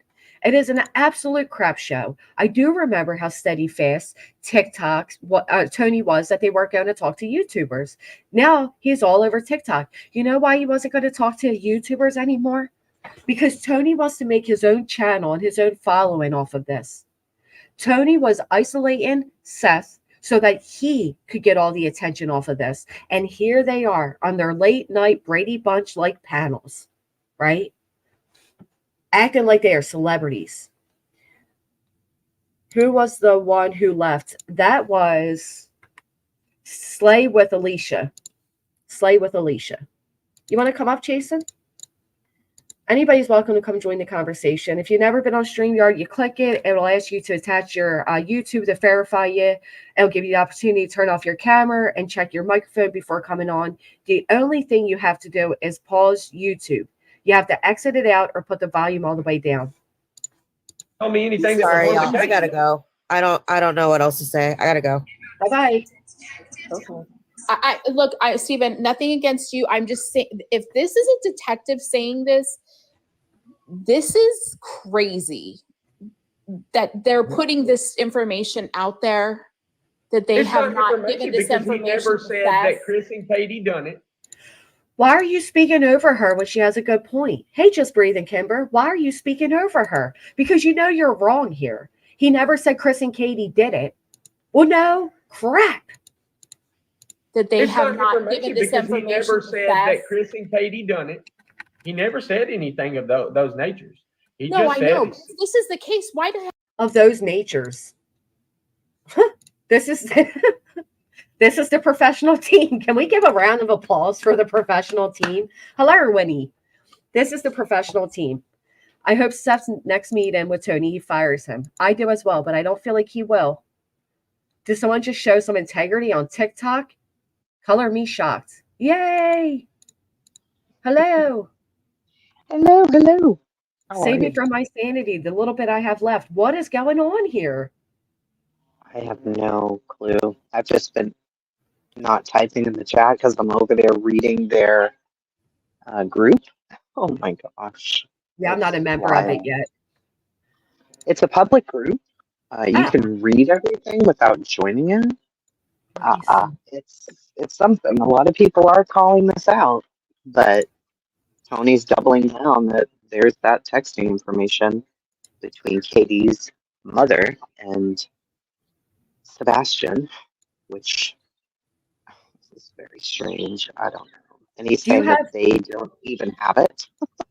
Do you have headphones on? Yeah, why are they bad? Yeah, you have a little bit of that like noise. I don't know how to describe it. No. You actually sound better right there. All right. Okay, so I can't even find their whopping group on here. Shows how, well he's doing. I found it. Okay. There's people laughing at him. This is great. Yeah, I took the headphones off. Hopefully you guys can hear me now. That sounds a lot better. Why would a detective tell Stephen lies about the investigation? Now that Stephen went public with it, it was publicly addressed as being false information. How are we expected to believe him now? You say they were misunderstandings. I'm sorry, but that's a lot to misunderstand. Yeah, I like that people are calling him out over here. Yeah, they definitely are. They're not going to just go for it because he's in that group. No. Mm-mm. Which I was surprised. I'm like, because somebody asked, is this the group Tony's associated with? Like, oh boy. Sure is. And look right here. I think Ellie, and then this person even says that one Google search will give you reasons not to. Why bring in Nina? Hey, there's me. What is the deal with Nina? Oh, I don't even want to read my own comments. I can only imagine what's being said. Nina. Oh, you don't know about Nina? Nina. Like, what is the deal? I know that she went to the court for pulling a gun or whatever on a teenager. Well, apparently, is she supposed to be a PI? Who is she? Apparently, it wasn't a teenager. It was the teenager's older sibling that was 27. So I'll say that. But she did shoot out into a crowd, and it went through a random apartment wall of a person, a bystander. So she actually does have a search and rescue. And if you look, her license was revoked in January. I believe it was January of this year. And this year alone, she's no longer licensed. She's not licensed. Oh my God. Her crime that was committed with the whole, the gun and all of that. It was her daughter's boyfriend with another girl. It was teenage, young adult. Oh my yeah, God. that she involved herself with. But that was just in September of 2023. So that was less than a year ago. Oh my gosh. Uh-huh. Oh. So she's supposedly now on the team. So it's Tony. It's 716 girl, Atlanta, who's somehow in the news. They said she's media, I guess. Then Nina, who's I don't know, convicted of having a gun. Nina's not even allowed to be around children. And then to top it off, Nina claims during a court hearing to lower her fines in her community service work that she is on disability. She's on disability for having 5 back surgeries, 2 knee surgeries, and an ongoing autoimmune disorder. But yet she needs $2,200 to fix her truck and then money to fill up her truck for diesel to come to Tennessee and search. That's good. Yeah. Okay. So there's allegedly a fundraiser, yeah? Or are they going to start one or what? Well, this is where it gets better. So they originally asked people to start one. It started off with Nina saying she just needs diesel. And then Tony added in she needs to fix her truck. But then Steven, the good citizen came forward and he said, I'll go ahead and pay for Nina's truck. Oh, God. So then all the sweet people in the chat say, you're so sweet, Steven. What's your Cash App? I'll help you. And now they get more money than what was needed. That's my opinion on that. Exactly. Yep. So Steven just come out of nowhere, the Stephen Crabtree dude. He just came out of nowhere, called the detective, got information, ran to Tony because he was so excited about it, misunderstood it completely. They put it all out as fact. And now he's on the team, but he's not a true crime guy. He's just in the area and wanted to help, but now has to retract everything because he completely misunderstood it. Am I caught up now? Yes. And he admittedly says that he's not good at this and that nobody should trust him. It's really really a really interesting thing happening here, really. But here's what's actually really fascinating about it. We're to believe that Tony just met Steven, but we do know that they all are tied together behind the scenes through the Caleb Harris. Oh, wow. So they're all working on Caleb's case too. And I did see Trevor say in the chat that now one of them is trying to get on another case that's over in Tennessee. Layla Santinello, I believe the last name is. Yes. Great. Good. How long until Bullhorn Betty joins their team? I mean, that will just full circle it. This is absolutely, and no, there's no way. Imagine Seth and Betty. There's no chance because she wants to be the boss and this is his operation. So there'll be none of that. It's funny you say that because Seth said, Tony himself has said that he says whatever Seth tells him to say, which is the opposite of what a PR person is supposed to do. Right, exactly. Yeah. And okay, so here's what I'm noticing, and I could be way off on this, but I feel like Seth has said that Tony told him, stay off social media. I don't want you on there. So when he arrives like on Pascal's or something, he's always with Tony, right? Yes. Now, Tony has his own social media and he's reaping the benefits of his own social media. And he's effectively gotten Seth out of the way. So Seth's no longer on panels. It's the Tony show now. Right. And Tony's reaping the benefits. I think that's done purposefully. I think he knows exactly what he's doing. So he'll act like he's speaking for these parents and he's only saying what the parents want him to say. He was very clear to make that a point, but he's now bringing on weird ass people and using this platform to, I mean, you're on TikTok, sir, and everything disappears. So what are you doing exactly? You're on TikTok. You know the live streams don't stay. You know you can make good money on there, and you're the spokesperson. You've effectively gotten the parents out of the way now. Mm-hmm. This is very strange. It seems like a con to me. It seems like some type of, like, they've done this before and they're trying to do it again and benefit from it. It's exactly what I said. In my opinion, the way it appears to me is Tony's the first one that comes in and he sells himself as a PR and the best interest of the client. And I'm going to get you on news stations and get you to coexist with the parents, and we're going to help find your son. And then slowly he starts appearing back on the drama panels. He gets Seth to take a back seat and trust in him. He's doing everything. And then he slowly opens the door for his, behind the scene buddies, his convict pals to come in and benefit as well. So absolutely what I believe they're doing. Because if we rewind this a bit and go back to the first day that he kind of showed up on the scene, sure, things were a shit show prior to him coming on. And like the first or second day, I'm like, okay, this is probably a good idea to get Seth to be quiet because he doesn't need to be on these shows. But instead of showing his ass and bringing all these people on YouTube, Tony was very smart. If you're watching what he's doing, he isn't showing up for this crowd, right? Yeah. He's showing up over on TikTok with a whole different crowd of people. Right. So he almost is trying to save face over here because he pulled him off of here. Now Seth's not coming up on all these panels, but middle of the night lives, middle of the night. Yes, that disappear, and he was upset to find out people were recording them. Mm-hmm. Yeah, this is very crazy to me. This feels like a con. It feels like they are really trying to milk this and act like they're not. You don't do middle of the night lives on a missing child's case. You get together, you get your team together, they're professional, you come on, you dual stream, you make sure that people are hearing the information, not middle of the night lives that are deleted the next day or deleted as soon as you end the friggin' live. It seems very suspicious to me. I couldn't agree more. And then check this out. Let me fix my screen. Help find Harley Morris on the April 11th, as if he doesn't have his hands full already. I'm the spokesperson for the family Cal Paris. Well, what about Sebastian Rogers? These cases are eerily similar. Someone please have the mom or dad message me. Oh my goodness, we got to warn them.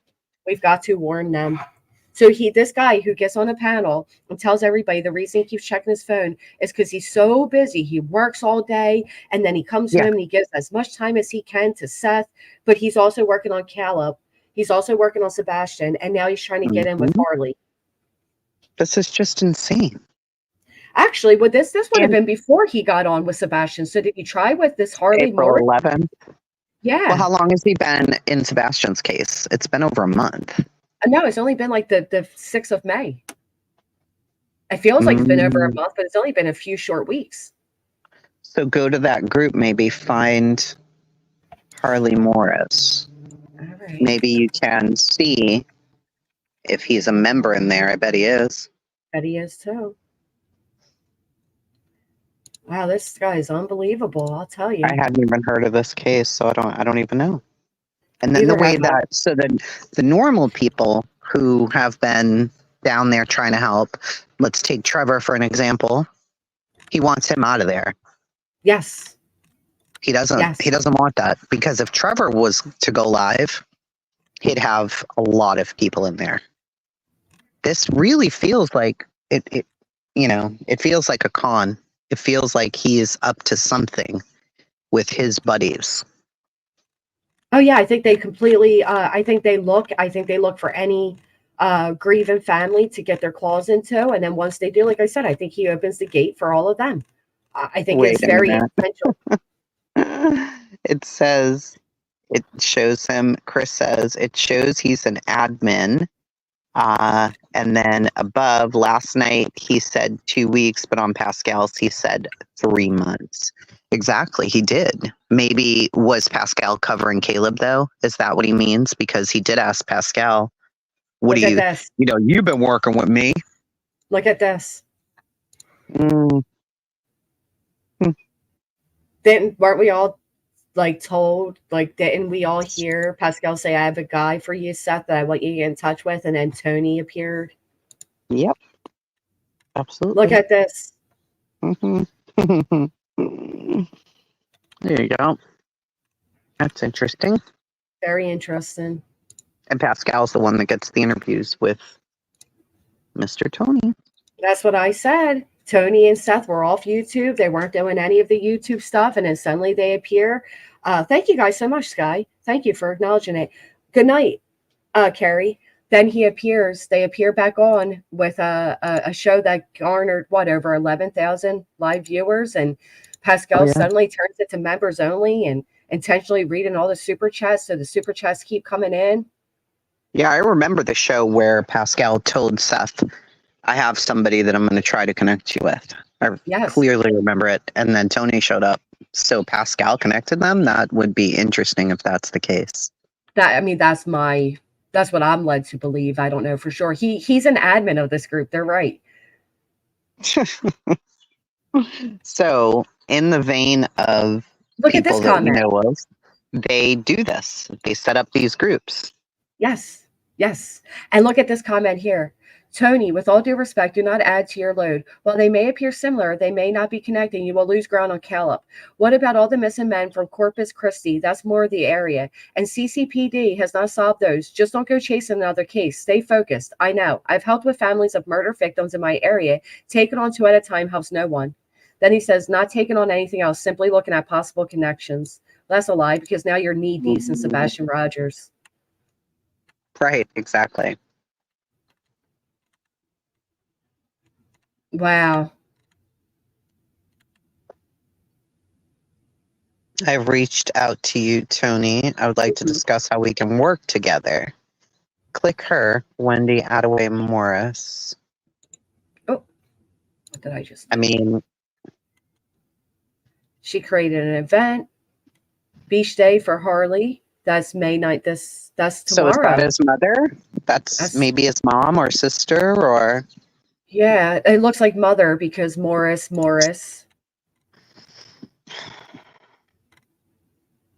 Yeah, I'll never see my son again. The fairy card pains that I'll never see my son again.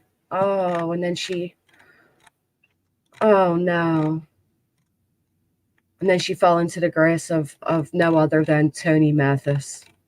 How many other groups are there out there that he's doing this with? Oh, I'm sure there's a lot. Oh, wow. I mean, he says he doesn't get paid. So when you come in and you say that up front, okay, that's fair. But when you go onto TikTok, I can't say if he's monetized on TikTok. I have no idea. But I was seeing all of those little, whatever those are, the little symbols. The token things. Yeah, I don't know how that works on TikTok. If people can tell us, does that mean they're getting paid? Is this, I don't know. I have no idea. Isn't it amazing that Tony got involved and next thing you know, they're connected with Pascal? Yes. Huh. Well, if he's been connected to Pascal for 3 months, then Pascal is the link between them all. Right. I mean, we heard him. We heard Pascal say it. Yeah, definitely. He said it. He said, I got somebody I want you to get in touch with, Seth, that I think would be great for you, blah, blah, blah, blah, blah. Next thing you know, here comes Tony the McPhony. Yes, that's payments via gifts. Okay. Everyone is a different amount. And did you notice as this conversation was taking place over here, Crabtree's down here, his number was going higher and higher. Yeah, I was looking at that. So look at that. They also have a wish list. They have a wish list now too. A wish list for what? What do you mean? Surgeon equipment. I don't know, but I'll tell you this. Nina was involved in a case, and the family had to buy her and her team jackets and gloves, and they put her up into a 5-star residence to stay at, and they gave her, food and all the things she would need. And then she even had the nerve to call them one night and request laundry detergent. Oh my gosh, come on. See, I And think they, the little numbers are followers up there. Like, maybe. oh, No? maybe, I don't know. Yeah, No, right that here. can't be. It can't be. That's wrong, yeah.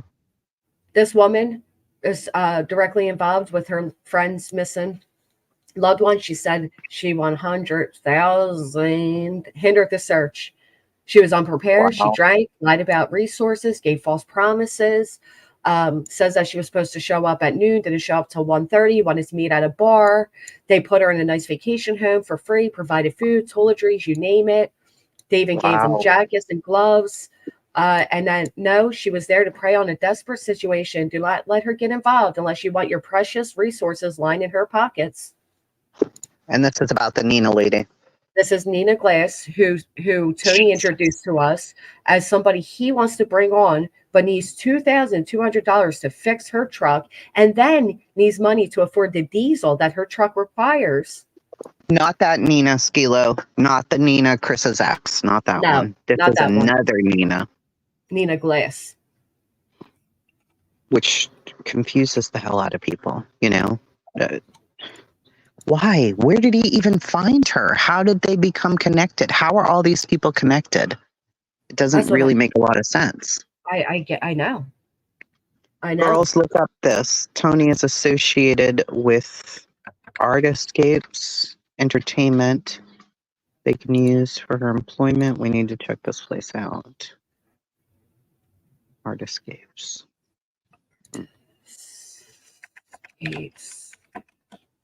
Artiscapes Entertainment LLC. Seth was on Pascal's stream saying he wanted people to stop using his child to make money while Pascal was making thousands in that stream. Yeah. Did you spell that correctly, Leslie? Because nothing came up for me. She's held on Caleb search. No idea if that's true or not. She was kicked off of 2 searches. And then a few months later, she had that whole gun incident where she shot a gun during an altercation. She's not licensed. I mean, what more, but give her $2,200 because we need her to come search with her 5 back injuries or surgeries and 2 knee surgeries. We need her to come search. This is unbelievable. See, Tony said. Where's the info on that?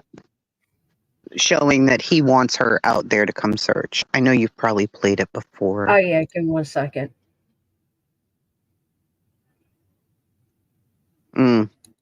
Tony said in an earlier TikTok that Pascal introduced him to Seth.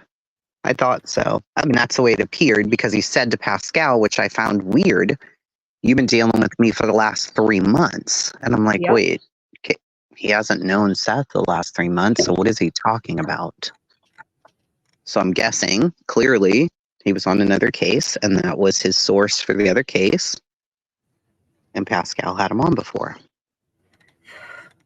Unbelievable. Mm-hmm. What's Nina Glass's real name? They put it up for, yeah, Danila Glass. Where did I let me pull this up?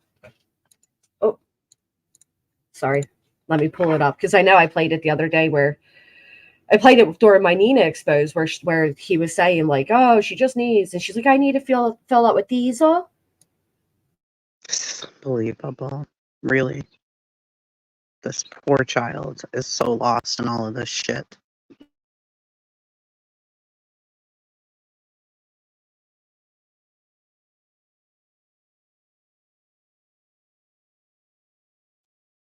Did we lose Granny?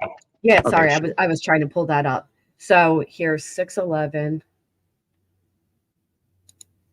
All right, can't stand hearing my own voice back, but this is where I play it because I don't know. Oh, I do have it on my thing. Okay, never mind. Let's go that way. So yeah, I mean, this is I absolutely think they're con artists. I think that they know exactly what they're doing. I think he goes around and he looks for people. Would be my opinion. He looks for these families, and he was called out on that one over there. They basically said, like, you have too much going on. Don't get involved. I wonder if they know that he's now involved over here with Sebastian, where he's giving out false information, bringing on these cons. So and he says he has a full-time job, that he's at work all day. Right. And then does this after with his extra time. Okay. Right. Okay, so we go. Involved, but it takes a lot to get, I just looked at it today. It's 9. So this is Nina talking right now. Get the community involved, but it takes a lot to get, I just looked at it today. It's 985 miles. My truck is a diesel. It's about 130, 140 to fill it up. 400 miles to the full tank. I mean, it takes a lot from the community and surrounding members. Right. So We if have- we did like a fundraiser for it, that would help. 1,000%. Absolutely. And I can tell you this, that Stephen Crabtree is a very good friend of mine. I don't know if You hear that? Stephen Crabtree is a very good friend of his.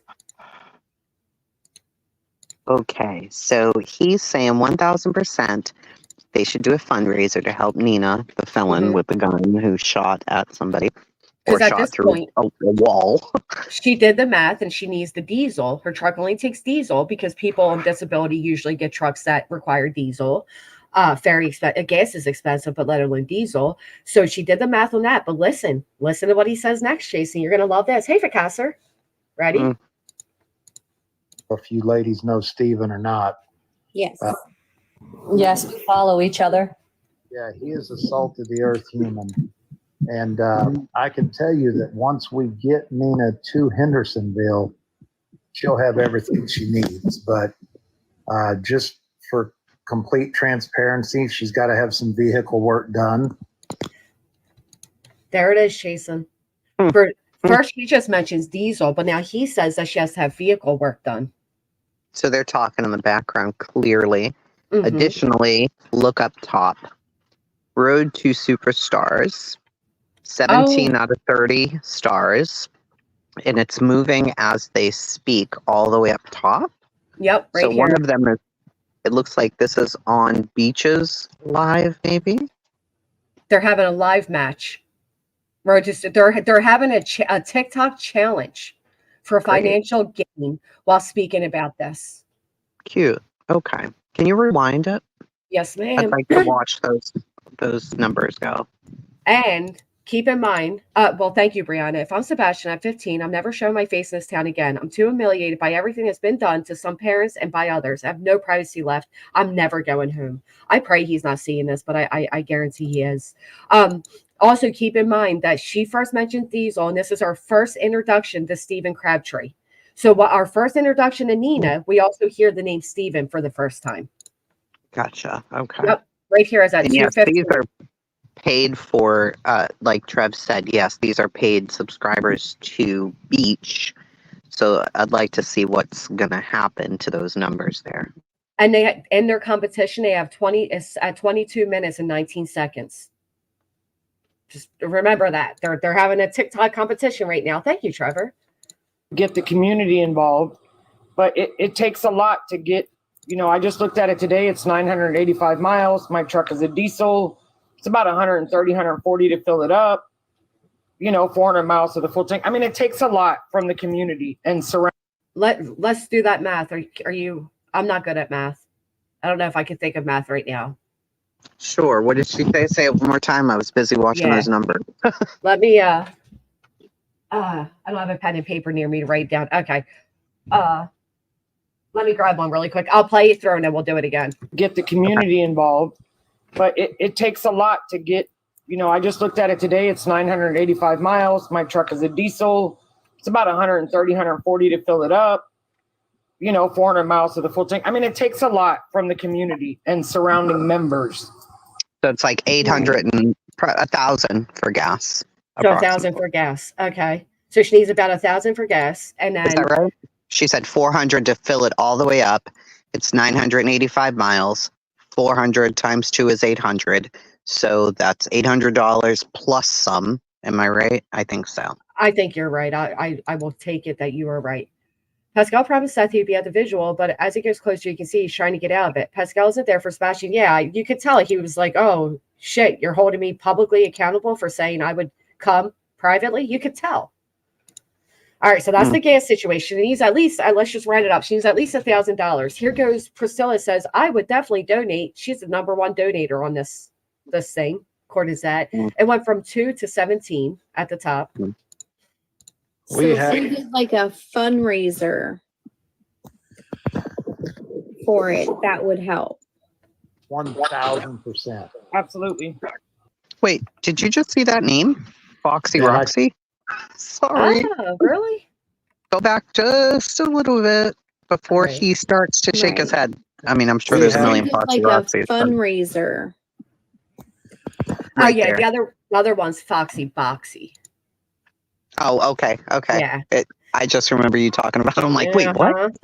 Never mind. Go ahead. Family, please hear me. I need your help right now. Okay. Yeah, we don't fall for that over here. That's such a crummy thing to do, John. Fake John Dalton. All right. For it, that would help. 1,000%. Absolutely. And I can tell you this, that Stephen Crabtree is a very good friend of mine. I don't know if you ladies know Stephen or not. Yes. Yes, we follow each other. Yeah, he is a salt of the earth human. Salt of the earth human. I can tell you that once we get Nina to Hendersonville, she'll have everything she needs. But just for complete transparency, she's got to have some vehicle work done. And, you know, if we could get... Did you see that? They met their live goal. Look over here at the top. Live goal. Bullseye. It was met. Just for complete transparency, she's got to have some vehicle work done. And, you know, if we could get somebody that would fundraise to get her out there, we're going to have lodging for her and her team. We're going to have them fed. We're going to... Who's paying for all that? Who's paying for their lodging and their food? I don't know. I do think it's possible that Nina has to put money down on her fines. Possibly. Yeah, that could be a possibility for sure. Goals for cash every night. Yes. I mean, I don't care if the host lady, beach lady, is whatever. I mean, that's fine. Right. You make money on social media, no doubt. But his username on this one is Find Caleb Harris. Up there in the corner. Good catch. Which is interesting to me when you're talking about Sebastian Rogers. Also, you've got, now you're bringing in, okay, you're stating you don't make a dime. You're hopping up on panels to give information which is patently false. We've found out from Nick this is not true. Now you're claiming that the texts are true. That is true, that he was talking to Katie's mother. And you know the implications of that, Tony. You know exactly what you're implying there. And you're doing all of this under the cover of darkness. For what reason? If it isn't for financial gain, and let's imagine that it's not, because Beach is earning the money on this. Okay. What are you doing it for? Why aren't you, if you're saying you want the police to be accountable, you want everybody accountable, you want a press conference, why aren't you holding these discussions in front of the community during normal normal hours where anybody's awake and can see this stuff, and not doing it over here on these obscure ass TikTok channels where it disappears? If you're saying that the police aren't transparent, but you are, this doesn't feel transparent in any way to me. Why you would want certain people off the case doesn't feel transparent at all. Now both the PIs are gone. Trev, who was the first person that I can track back to who was posting about Sebastian, you wanted him off, and so he's gone. Not just posting, but he was also boots on the ground.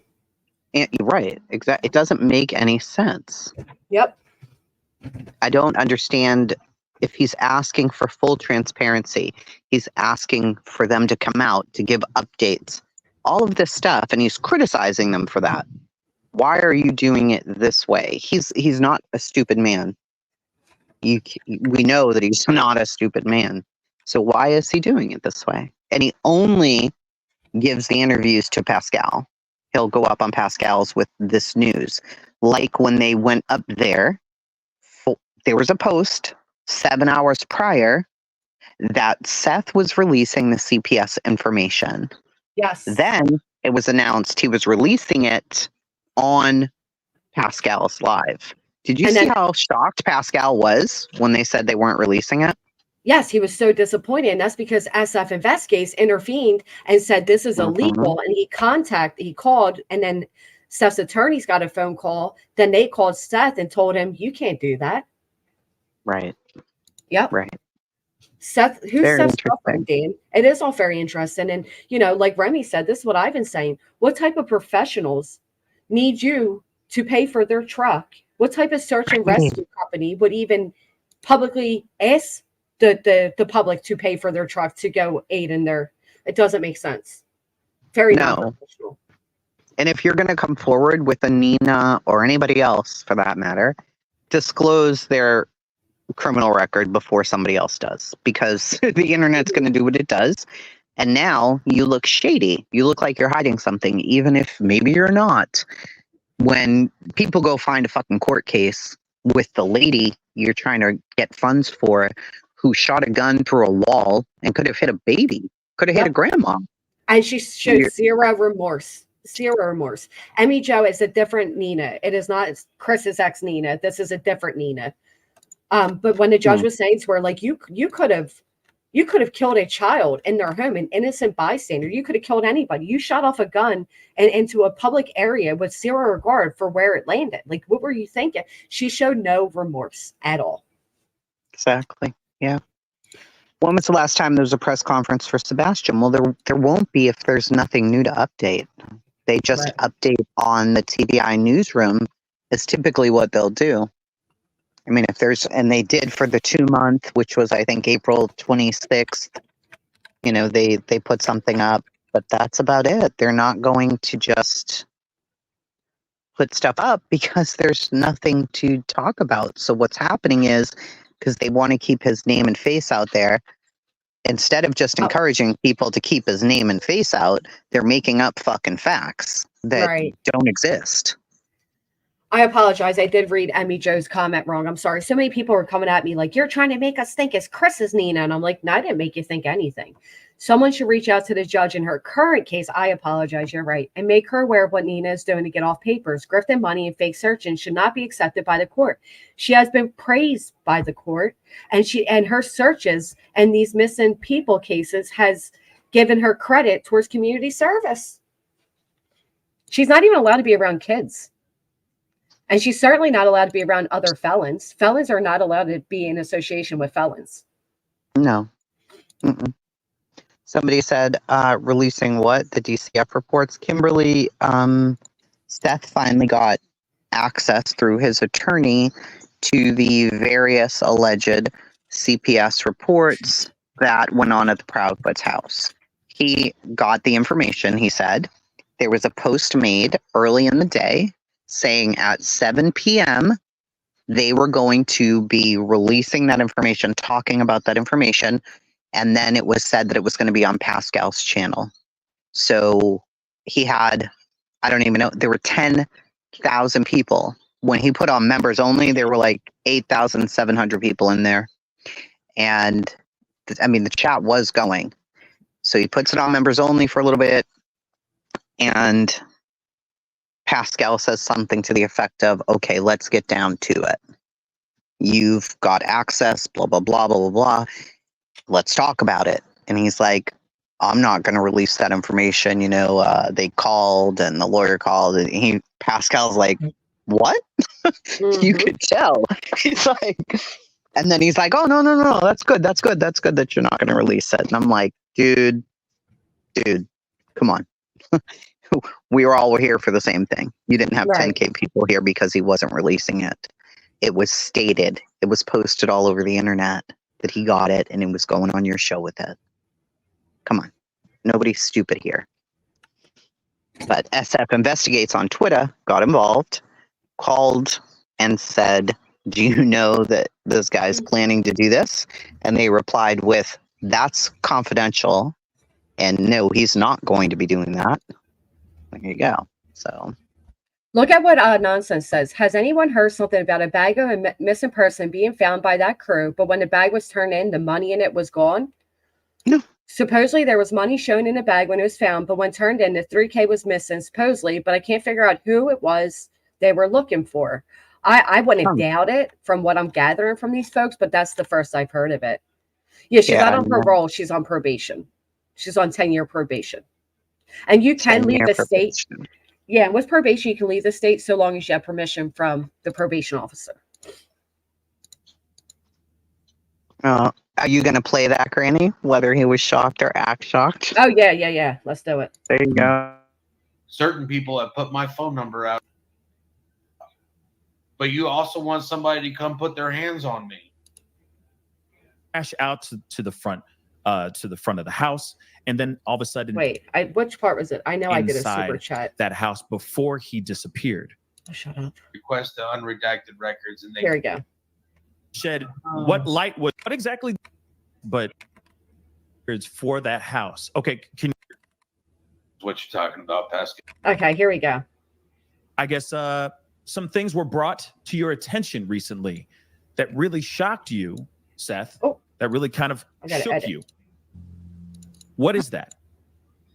Everybody already knows what you're talking about, Pascal. Why do we know what he's talking about, Tracy? Well, because it was posted everywhere. Oh, that's right. Okay. Other creators have been on it.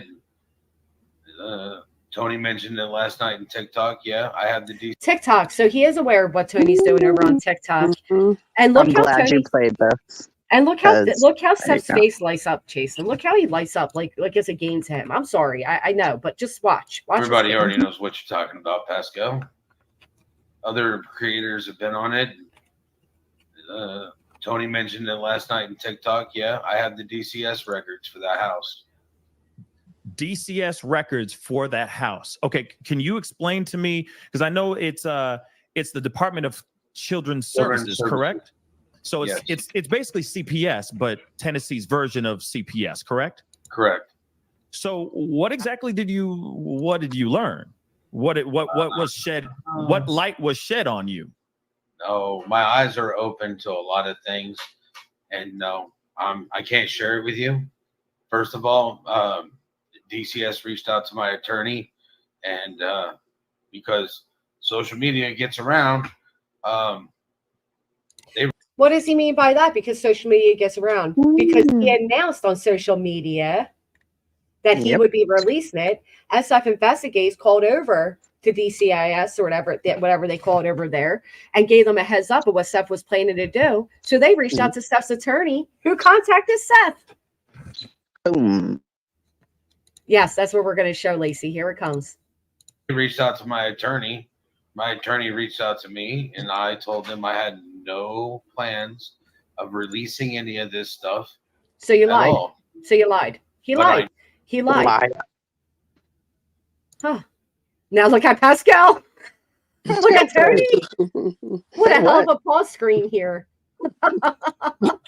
Shit. We're busted. What do you mean? There's 10,000 people in here, damn it. I know it. I know what happened. I know the reports that were going on. Oh, he's mad. I have a lot more understanding of what was happening in that house now. Okay, so you are not going to release the information? Confused. I'm sorry, but that was funny. Wait, what? You're not? Hold on. Couldn't I have gotten a call before all of this, or what? Well, probably would have lost his whole, plan. Yeah. So you're not going to release it? Okay, so you are not going to release the information? No. Why not? The reason why I asked this, Seth, is because... It's because you told me you would. Exactly. It could give more insight on why your son may have ran away, why your son may have disappeared.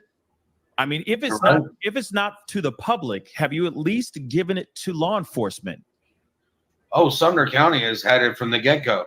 Yeah, they've got it. Of course they have. I've Right. Like he's like, oh, like shocked. Like, what do you mean? Wow. Oh, the missing money was Cal Harris case. Let's I'll play this and look that up. Bag found missing money. Hey, Jess, I was just going to talk for just a second about the TikTok stuff. Yeah, absolutely. Okay. So on TikTok, what they refer to, like when they go in the, let's call them Hollywood squares or whatever, each of them have their own followers, and it's called a battle. It's referred to as battling on TikTok. And what they do is they each have their own followers, and each of them, those numbers you're seeing is the people that are giving them money, basically. The gifts revert to money, and different gifts are worth different amounts of money. So as you see those numbers, so collectively they're all up there, and it is a freaking con. Right. I mean, and that's exactly what they're doing. Yeah, it's a battle on there. Yeah. Yep. It's just that's what they do, and that's the way they make the most money on TikTok. Right. See, I knew it, but I didn't want to accuse them without being sure, because I don't know enough about it. And I'm like, am I just, over the top thinking these guys are actually collecting money up here right now? No, you're right. You're right. It's very, I watched it. I researched it because I wanted to know what it was. And so I researched it, and that is where like probably 90% of the money is made on TikTok is battling. Right. Oh. Yeah. Yep. So it's very, is it profitable? I mean, it's like super chats on here, right? Basically. It's very profitable. Yeah, they're more generous over there than they are. Yeah. They're more gullible too, which is why. And then they feel like they're competing in a competition, right? Exactly. Help me make this. Yeah. So exactly. And so they're their followers, and of course, it's a younger crowd over there that tend to give, right? Because they want to see this. They want to see this information so much so they can, build their own, right? So somebody's saying you don't make much on TikTok. TikTok has the highest payout of any platform, including YouTube, including Instagram, any of the platforms. TikTok's percentage of payout is by far the highest. And battling, it's I think it's even higher. And the more battles you do a day, the more money you make. So it's so that's probably why they're doing them every day over there, or every night, I should say, in the middle of the night, is because of they're thinking they can get by with this and nobody's going to catch on to it. Right. So all under the guise of a missing child. Absolutely. Yeah, it's disgusting. Like Revival said right here. So Pascal thought it was fine to release the CPS reports. Absolutely. Which is why he didn't highlight my super chat where I said, please don't release them. Keep some of your son's integrity. Right. Unbelievable. Law enforcement isn't doing what they should be doing. Not as smart as Maddie Soto's law enforcement. They were on it. Investigates everywhere. God bless Sebastian. I do hope this. Linda. Listen, Linda. So I'm just kidding. But seriously, listen, Linda. Law enforcement is doing everything they can do. In Maddie's case, there was an unfortunate, and I'm saying it's very unfortunate, amount of evidence found on Stefan Soto's phone immediately. In this case, there aren't those unfortunate immediate clues. It does not mean one is working harder than the other. I can promise you, within the first day of Sebastian disappearing, they did so much work. You can listen to it yourself. It was unbelievable. They went door to door. They drained the pond. They were everywhere. There's not much more they could have done. I know it sucks that we're not getting answers, but it doesn't mean law enforcement is not doing what they're doing. And then what? FBI, TBI, everybody failed this child. Nobody did their jobs that day. Yeah, and one thing too that yes, it was investigated. I don't know why people say that. Like, do you think the police didn't investigate her house or her or Chris and her separately? Of course they did, guys. Come on. Good morning, y'all. Good they morning. don't owe us anything, I mean, I think that's what people think. They're so entitled to what law enforcement has, and they're actually not, until there is stuff that they can. I mean, of course, they're gonna want to build a case, no matter what case it involves. Oh, it's so sad just because Sebastian is getting lost in all of this BS. Yeah, but it kind of keeps his name out there as well because look at And all these other missing kids that get no attention at all. Hey, Kimber, welcome. that's true. Hi. This whole the whole DCS, this whole Pascal show. Trust me, Seth wanted to release those DCS reports no matter what. But here's what I'm going to say. I had to have some coffee before I could get up here because my brain wasn't working. But the DCS reports, whether they were redacted, not redacted, the TBI. That's because I'm sure that there is an open DCS case just because of the fact that Sebastian is missing. They have opened a DCS case just because of the fact that he is missing. So here's another caveat to that. If those DCS, he's sitting up here going, oh, DCS. If there was one DCS report and he's going, I have the DCS reports for that house. It doesn't mean if there was one DCS report, if there's a DCS report, that doesn't mean that DCS didn't go back and check again. So that doesn't mean that there are multiple times that they went back for different instances. What's happening here is Seth wants to keep the heat. He has gotten, and Tony Mathis is not helping. And I know that Seth is hurting too, but he needs to realize that Chris and Katie are hurting too. And I don't care who gets mad at me for that, but they are. And Absolutely. Seth is just throwing so much shit at Chris and Katie. And somebody's gonna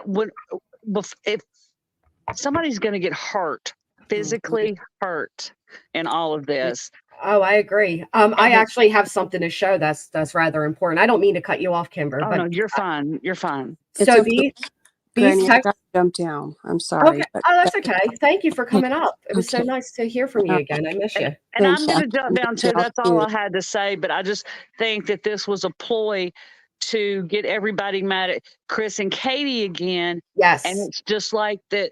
The whole thing is it's just like that when people start getting mad at Seth or saying anything about Seth or Seth's side, that he comes out with something like this. And Tony is not the right person. If you watch Tony in these interviews with Seth, he on this interview with Pascal, he said, please keep all three of us up.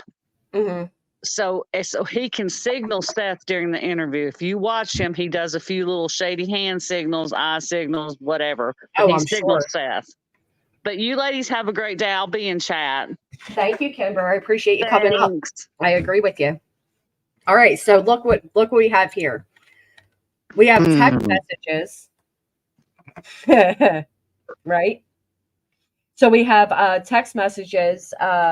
They're from Tony and Seth right after the Pascal show. Let me see. There's okay.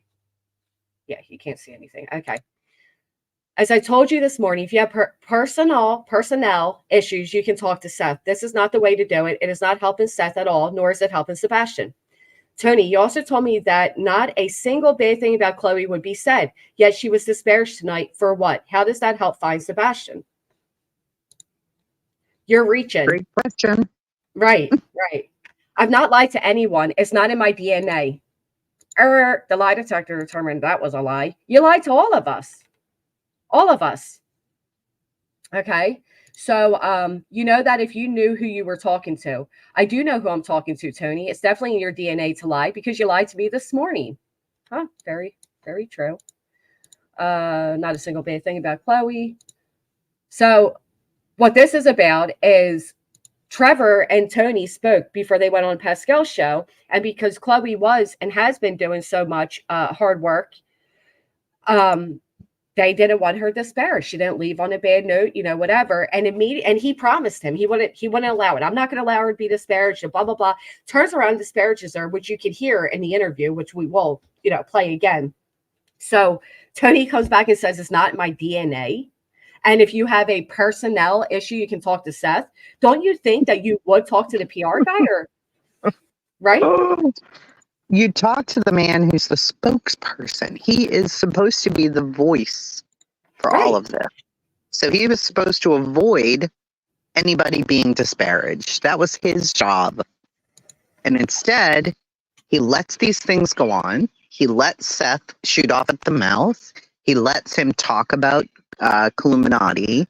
And clearly we know what was going on there.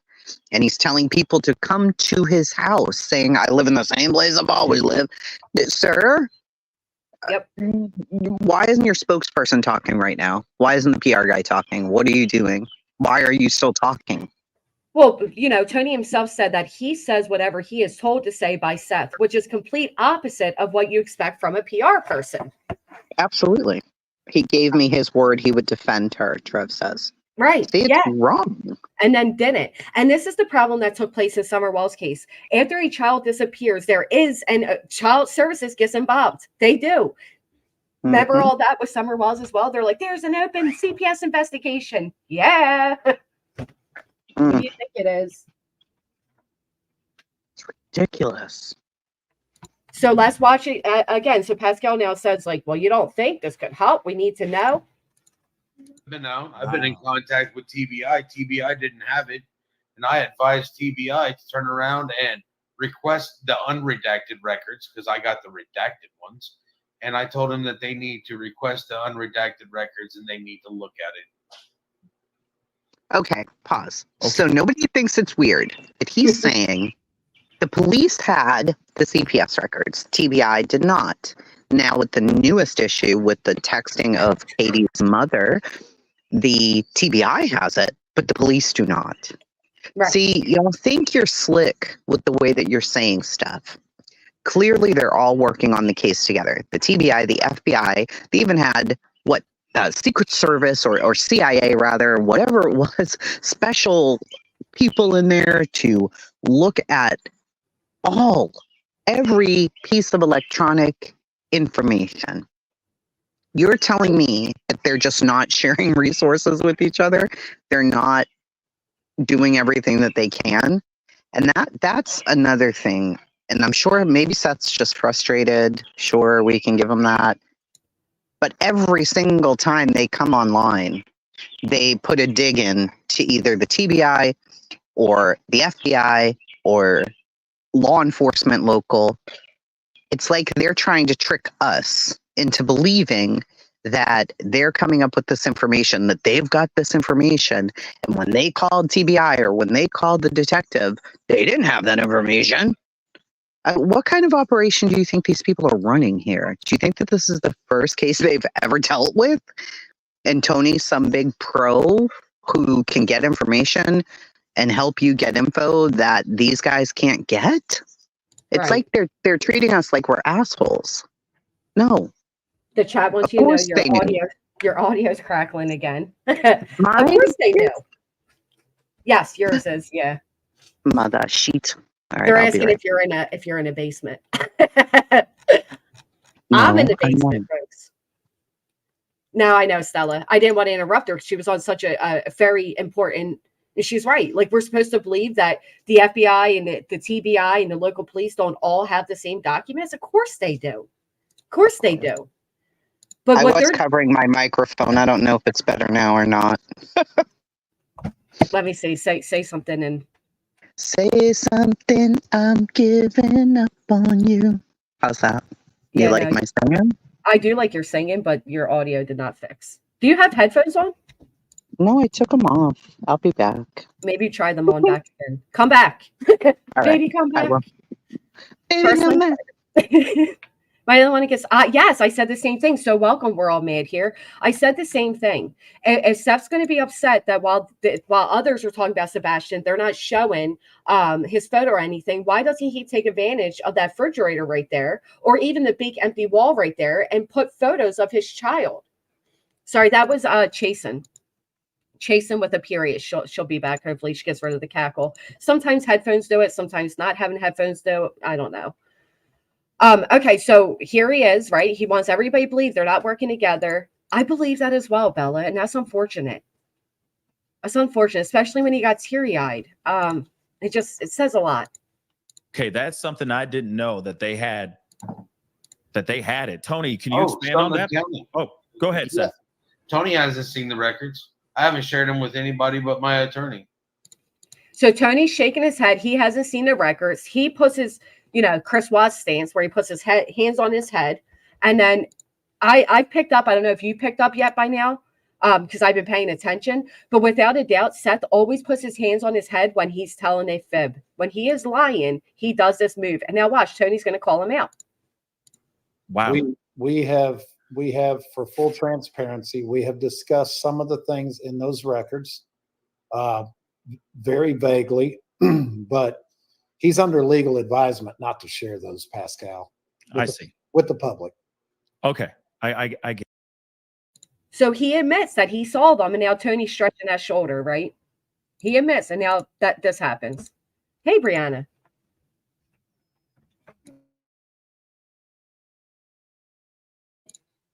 Your mic's you're muted right now, but you are on the stage. Use your Miss Child scam for money. Truly despicable. How can anyone believe? Seth There we go. There you Sorry. are. Hello. Yep. My headset didn't connect for some reason. I had to go hook it up. So. Well, welcome. I'm glad it's working now. Yeah. I wanted to hop up for this part because this part I'm shaking. I'm livid. Tony's lying. Seth's lying.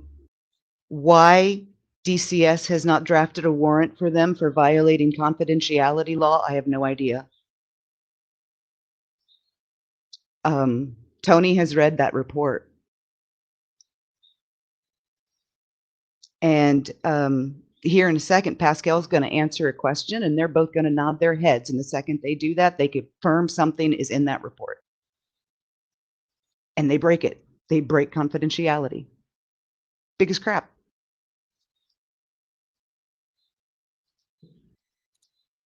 Oh, Brianna? Yeah. Oh, I went out for a second. I'm so sorry. Chasen, you're back. Oh, sorry. Okay. I cut out for a minute. I did not hear you, but they did, but I didn't. What were you saying? I'm sorry. Okay. I said they're lying. This part makes me shake because I'm so mad and so horrified. Tony has read the report, which is a violation of DCS confidentiality. And here in a second, Pascal is going to ask them a question about something in the report. They are both going to nod their heads. They've confirmed something. And the second they do that, they both publicly break confidentiality again. And why DCS has not arrested them for that, I have no idea. And you're going to see in a moment another point to that I'll point out when it comes up. But yes, you're so right. Chasen, let's see if your mic is better. Baby, I'm back. I don't know. Is it any better? It is. Yes. Yes. No crackles.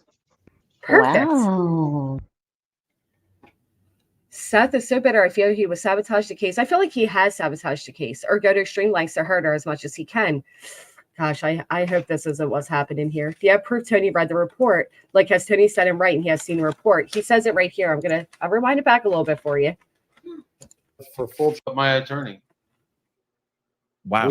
We have for full transparency, we have discussed some of the things in those records very vaguely, but he's under legal advisement not to share those, Pascal. And how did he get under legal advisement? Welcome back, Titanium. Thank you. Legal advisement because SF Investigates seen it and said, oh, no, you are not allowed to do that. Like Brianna said, you can't share that. Oh, I don't know, Pam. That's a good question. I doubt it. I think we would hear that, but I don't know. I see. With the public. Okay. With the public. I get it. See how he said that? See how he carefully worded that? Of course. Are you ladies still with me? Okay. I'm here. Yeah. I was making coffee. It's very loud, so I just muted you. Yeah, and I mute because my dog is prone to barking at nothing. So I do that in case she does that.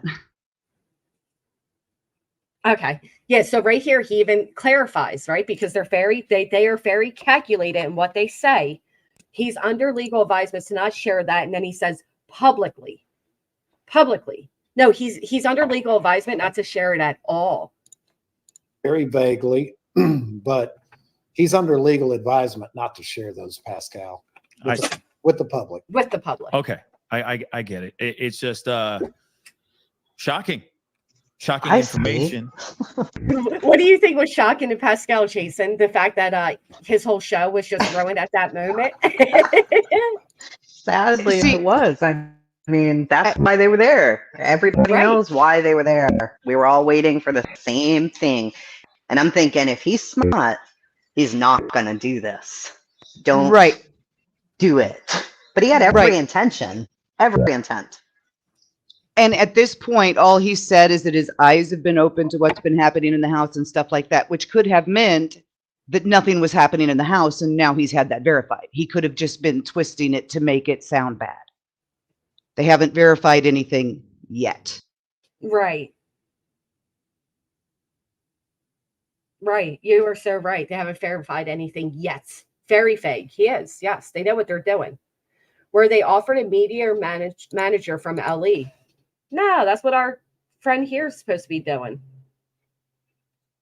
Tony's on the scene to be just that. So many people have said that. Tony reminds them of Chase from Summer's case. All right. And Chase from Summer's case, sorry, was a big ass kisser. Like a big tried to please everybody all the time. Nothing was ever his fault. He doesn't know, guys. He doesn't know. Right. Different than Tony, for sure. Well, you're right. Well, different than Tony.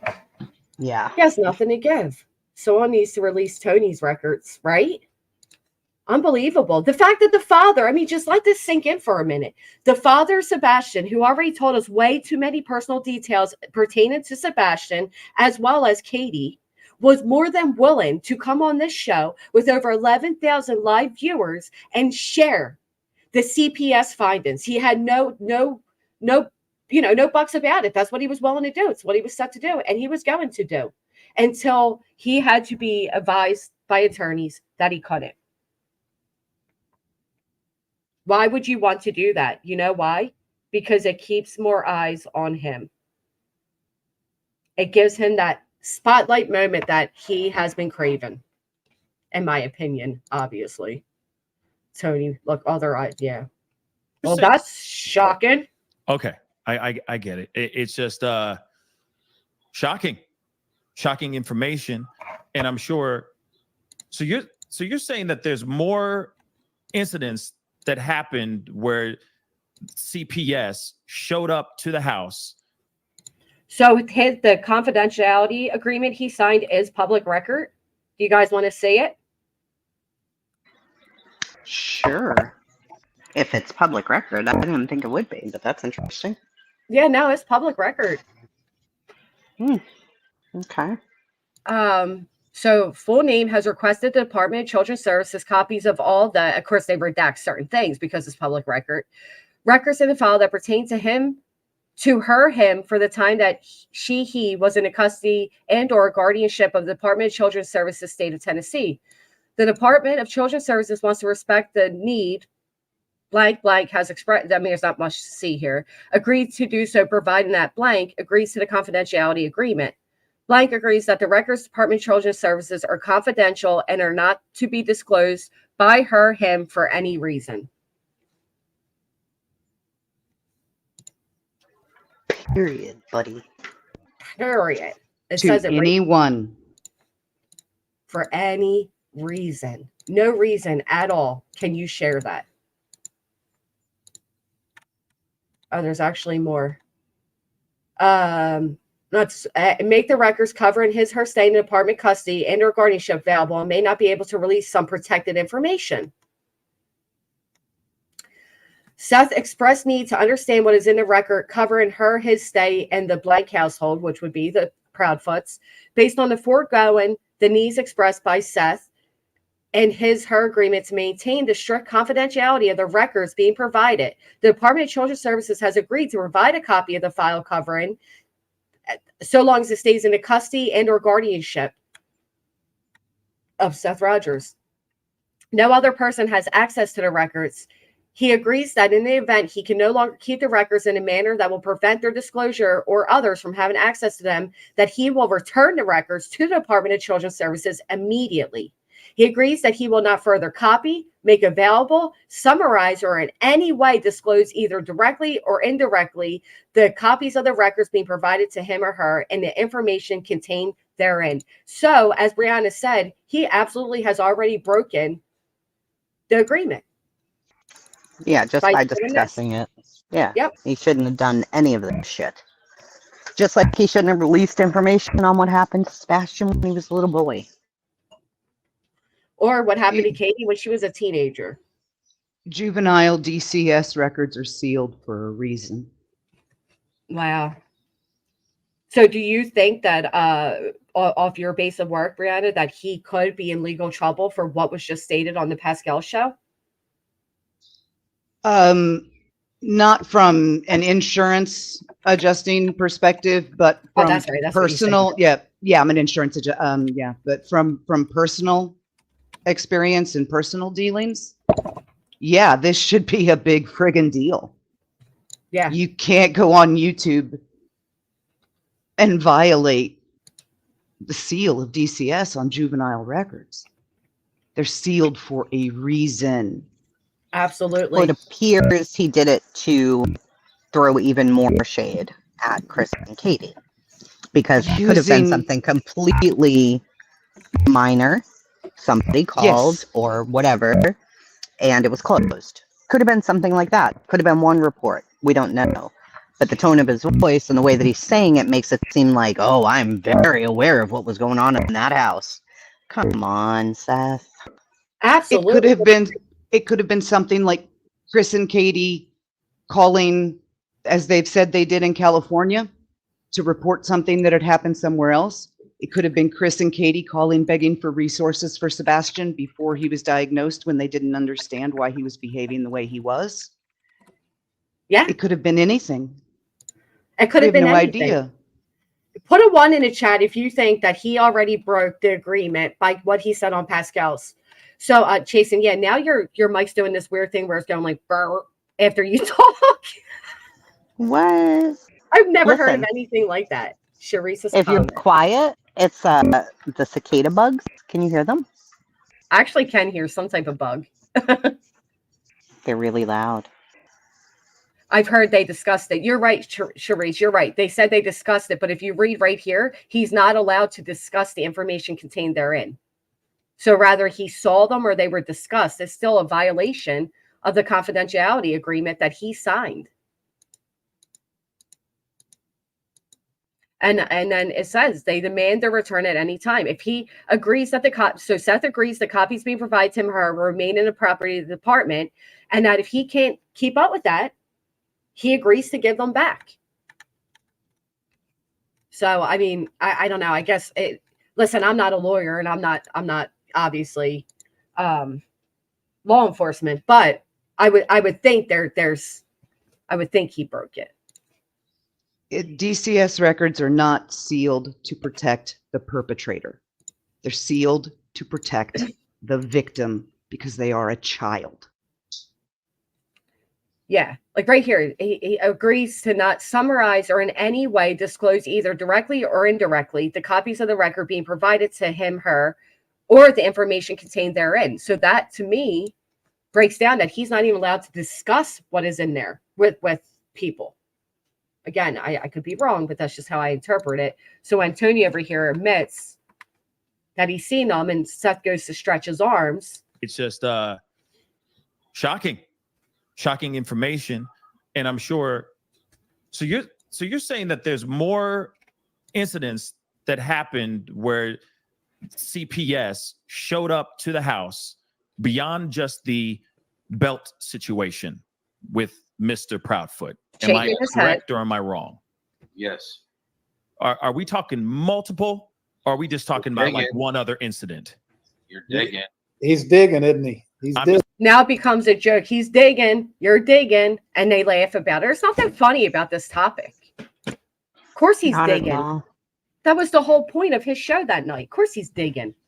And as soon as they nodded their heads, I mean, they gave him what he wanted, and the chat went nuts, and it was members only. That's right. That is when they turned to members only, isn't it? And then Pascal claims he didn't know it was members only. And the same mod that turned it members only shows up on another channel that needs your money to pay her bills this month. All right, let's see the chat. Hey, I He's gotta trying- ask Wait, you a question. what? Trying to get to the Members only. Sure is members only.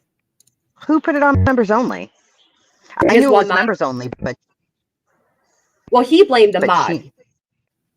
Oh.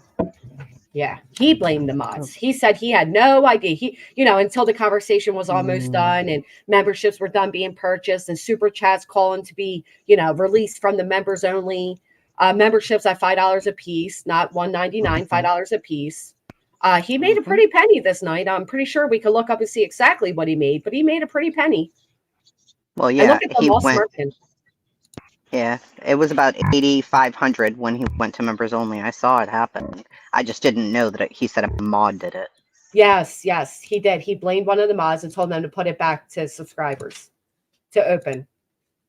Yeah. Kiwi's not going to stop barking, so I'm going to hop down. Granny, thank you. Tracy, thank you. Fantastic conversation. What's the doggy's name? Kiwi. She's Kiwi? she's half Australian Shepherd, half Border Collie. So she's a They're fuzzy very brown gorgeous. fur ball named Oh, Kiwi. how So, cute. all right. Thank you for this. Keep the spotlight on and get it back on Sebastian. Absolutely. Thank you for coming up. All right. See you later, guys. Bye. Okay, so everybody's all smirky right now. I'm digging. Yeah. Yeah. Just trying to get to a little bit. I'm just trying to need get to a go little to bit. church. I mean, we could talk about church another time, but I'm just Just trying to need get to a go little to bit. church. Do you know what that is, Chasen? What he just said right there? About church. Yeah. Look at the smirk on his face. Ready? I'll break it down for those of you who are unaware. They're all joking right now. He's digging. Now watch. Digging. He's digging, isn't he? He's I'm digging. just saying, hey, He's I gotta trying. ask these questions. He's trying to get to the meat. Yeah. The Just meat- trying to get to a little bit. I'm just trying to need get to a go little to bit. church. I mean, we could talk about church another time. They're not talking about church. He's not talking about a building you go in and you worship God. He's talking about gossip. You just need to go to church. You come in this weekend, I'll tell you in person. That's what it is. That's why he's all smirky and gets in the camera and he's all, faces are all lit up. And yeah, church is gossip. It's an expression. Absolutely. Time, but right now No, I'm because asking that's that what question. you tell me every time. Okay. We talk about church another time. Yeah, because we're talking about Sebastian right now, right? We're talking about Sebastian right now. This is why Seth is now getting discouraged, puts his head down because no, Pascal, you know what I'm saying. And Pascal's playing stupid for the audience because he's a showsman. I don't blame him, but he's playing stupid right now. He knows exactly what that means. 100% he knows. I don't think I'm wrong here. You can tell by the whole, you think out of nowhere, Seth just brings up you need to go to church, Pascal. And come on. Now, so I want Maybe to. God's going to give you the answer next time you're at church. See, maybe God's going to give you the answer next time you're at church. He's saying, come and meet with me and I'll give you the answer. He's being slick. Do you think differently, Jason, or do you see it? I think they're being slick. Well, I know that they used to talk about church a lot. Like one of them needed to go and the other one was like, no. And I don't know. It's become a thing, just like he talks to him about the 90s and his sayings. It's like And he the tries to jerseys. act like they've known each other forever. It's very weird. Remember, he was like, Pascal, but you you always wear a certain jersey, team jersey, like, fanboying or something. It's bizarre. Which is why I think, yes, I am creating a rumor. Sure am. This is speculation. Froggy Megsy doesn't like it, but this is speculation. Thank you. I'm speculating that they are not talking about an actual church right now, based off the context in the conversation and how it diverted into church. I don't believe, in my opinion, that they are speaking about church. That is a fantastic song. I can listen to that on repeat. Sorry you don't like it, Froggy. Pascal over here speculates a lot, though. So That's Talk rumors a about lot. church another time. Yeah, because we're talking about Sebastian right now, right? We're talking about Sebastian right now. So I want Maybe to. God's going to give you the answer the next time you're at church. There it is. Okay, fine. We'll talk to you. We'll talk to you. Wait. Pause. Uh-huh. Chris told Seth, wasn't it? Chris told Seth, go to church to You can find the find answer. Sebastian at church. Yes. And that's why, so they're making fun of it. That's what they're doing. That's what this is. Oh, that's well, Get it? well, I do get that, He but then just listen, said, yeah, you can find the answer at church or right, whatever. but then listen here, listen to what Tony says following next. I get what you're saying, but listen to this next and add it in. Ready? Yeah, because we're talking about Sebastian right now, right? We're talking about Sebastian right now. So I want Maybe to. God's going to give you the answer the next time you're at church. There it is. Okay, fine. We'll talk to you. We'll talk to you about this at the vigil. There it is. We'll talk to you about this at the vigil. That's a dig to Chris, because Chris didn't go to the vigil. You see? You're seeing it Connect it different than me. all together. Yeah. What do you think, They're Pete? making fun of Chris. That's what they're doing. I came up to exercise the demon on your panel. I know. I was going to say it's a bullfrog or something at the end of her You speech. sound like you are either. First, it sounded like you were belching after you spoke, but I knew you weren't. And now it's like a bullfrog noise. I don't know what's going on, but I'll take the static over that. Really? You think Oh this? my I thought this was God. better than the static. You do? Yeah. Maybe it's just earbud users. It might be hard on earbud users. But A yeah, possessed I knight. mean, I really think for sure that they were like, Pascal was fishing. He wanted like, oh, confession, make a confession type thing. That's how I took that comment, but others might have taken it differently. He wanted him to spill some tea behind the scenes, get some info. I do. I understand that. I absolutely understand that this conversation rolled into Pascal. You're supposed to become an individual. We have a motorcycle, but I just think the weird conversation between what were in those reports to you need to go to church to me has an underlying meaning. Could be my conspiracy mind at work, but it just seemed a little. Oh, I see what Sun Beach is saying. That makes sense with what Trevor Lee was saying earlier, that he wanted him to come and he wanted Trevor to come to the vigil and live stream it. Yes. As Pascal been making promises about coming. Pascal has made a promise that he'd be at the vigil. They offered him a motorcycle to ride. So for those who are unaware of what Trevor said, Seth wanted Trevor to come to the vigil, but when Seth found out that Trevor no longer operates under his channel, he no longer cared if Trevor came or not. So it was like Seth wanted to make sure that it was going to be streamed to YouTube. If you hear what Tony said the other day, he said, if I could just find a handful of channels that, like Seth, that would give me 20 minutes of their time. So they're looking for strictly Seth supporting channels to further Seth's eye in the public, I assume. All right, Jason, let's see. Dun, dun, dun. Oh my gosh. Seriously? I don't hear a bullfrog. And no static. I think we cleared it.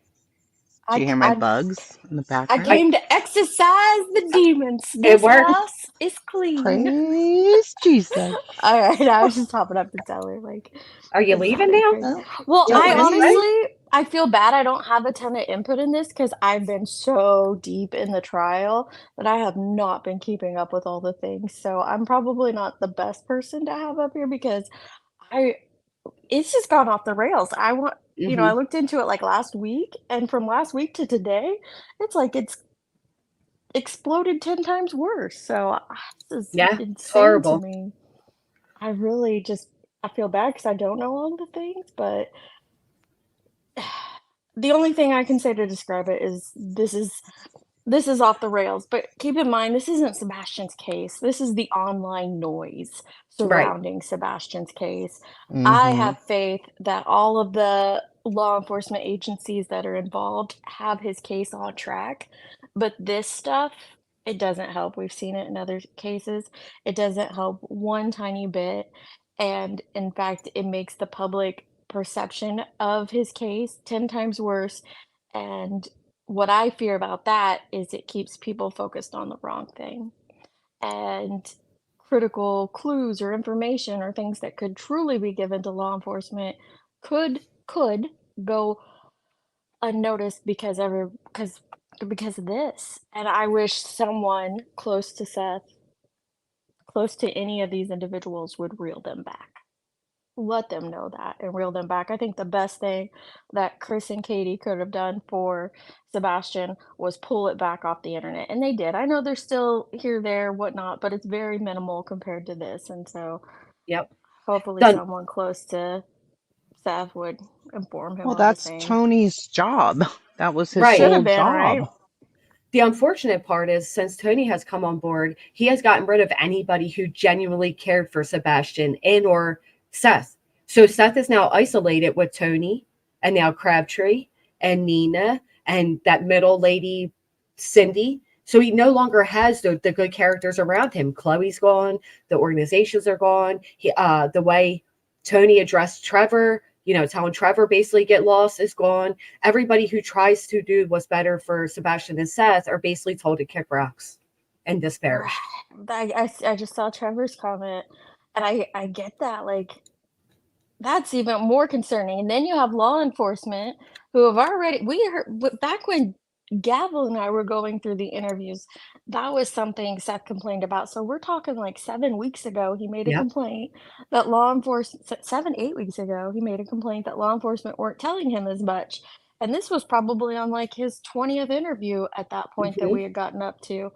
And we theorized then that it was kind of like, when Steve Gonsalves was kind of just putting too much info out there, and law enforcement were like, yo, Steve, reel it back in. And he got really ticked off by that. I understand that. I understand Seth being frustrated by that, but can others not see that it's law enforcement are distancing themselves because they have to protect Sebastian's case? Because for us, it is about protecting Sebastian and his family and those that are innocent surrounding the case. But for law enforcement, their focus is Sebastian. Their Right. focus is that and protecting the integrity of the case. So even if it is the father who's leaking information, they'll pull back to protect his case. Right. Every time. Exactly. Yep. And it doesn't seem like Seth, it doesn't feel to me like Seth's first priority is to protect the integrity of the case. Or He just Sebastian. wants Or Katie. answers. Yeah. No, definitely not. And I mean, the things that have been said about Katie are atrocious, and now the stuff about her mother coming out, and it just gets worse. Nothing's getting better. Nothing is getting better since Seth's been talking, and it's getting even worse since Tony's been talking. So it's just horrible. I watched Titanium Built early this morning. I watched her last live, and that's where I, heard most of the stuff that I've heard in the past week on Sebastian's case. And I learned about, more about Tony from her live, that he was a friend of Caleb Harris's dad, and he claims that's where he came onto the missing / search and rescue scene of true crime. Has anyone confirmed this? Well, like, we 100% confirmed it. We did go over. We went over Tony. So Tony is a major phony. First off, Tony the other day said gloves were off when it came to Katie Proudfoot. Gloves were off. So we went and saw, and we came up with Tony involving himself on help find Harley Morris case.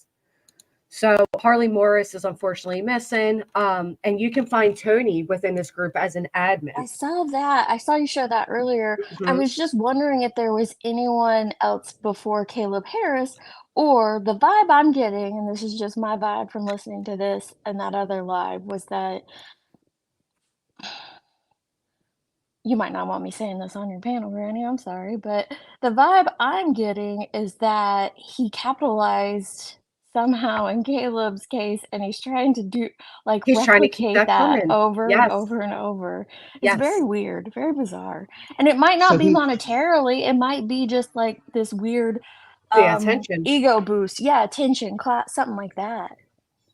Well, if he works with Caleb's dad, does Trev mean like they work at the oil place or whatever together?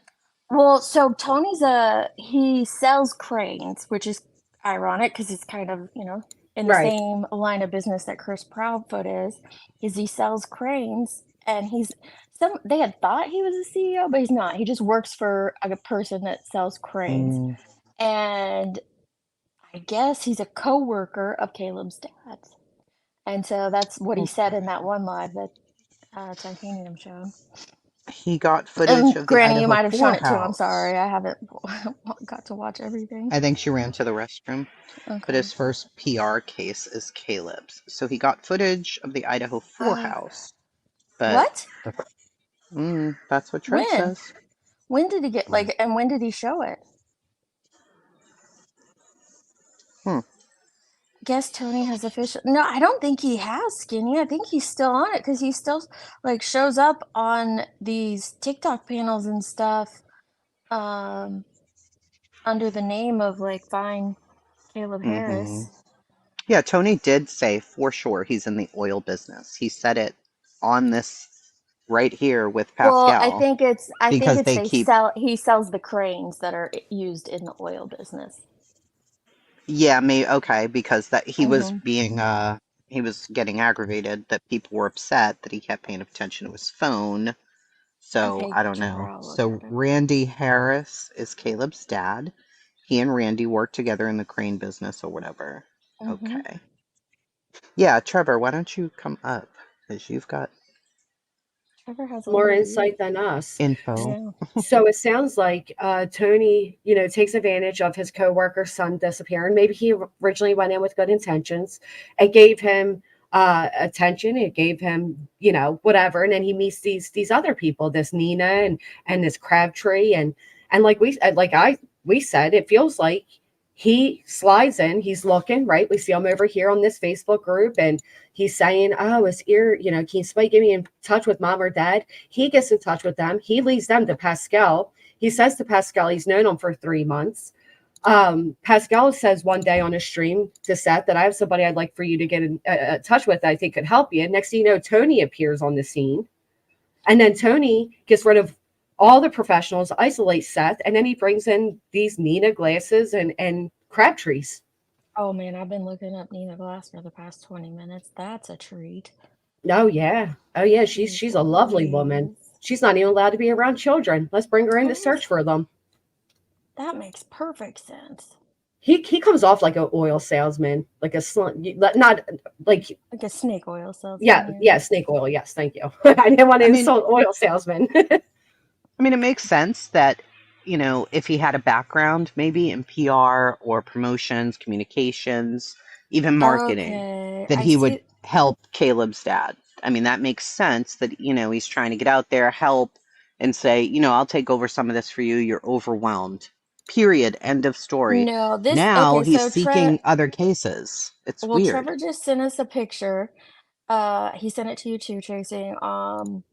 Tony Mathis was in Moscow, Idaho, and it's a video, a little footage from my trip to Moscow on Sunday. This is from January 12th of 2023. So he has He been tried getting into into the true crime Yes, since the Idaho last 4. year.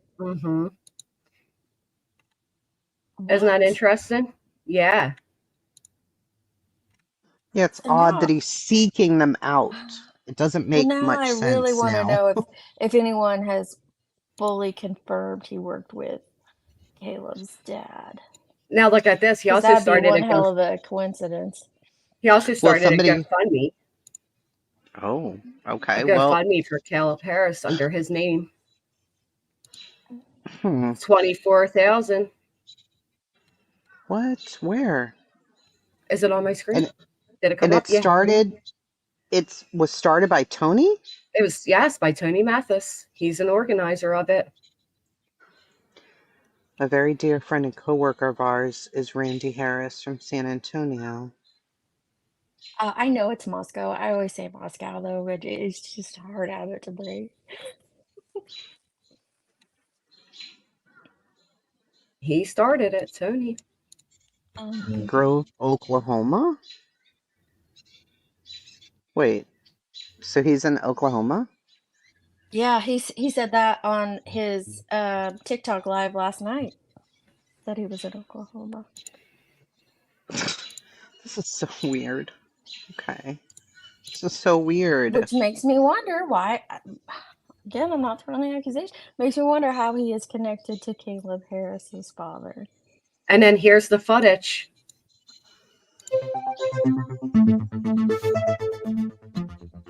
One, 1122 King Road.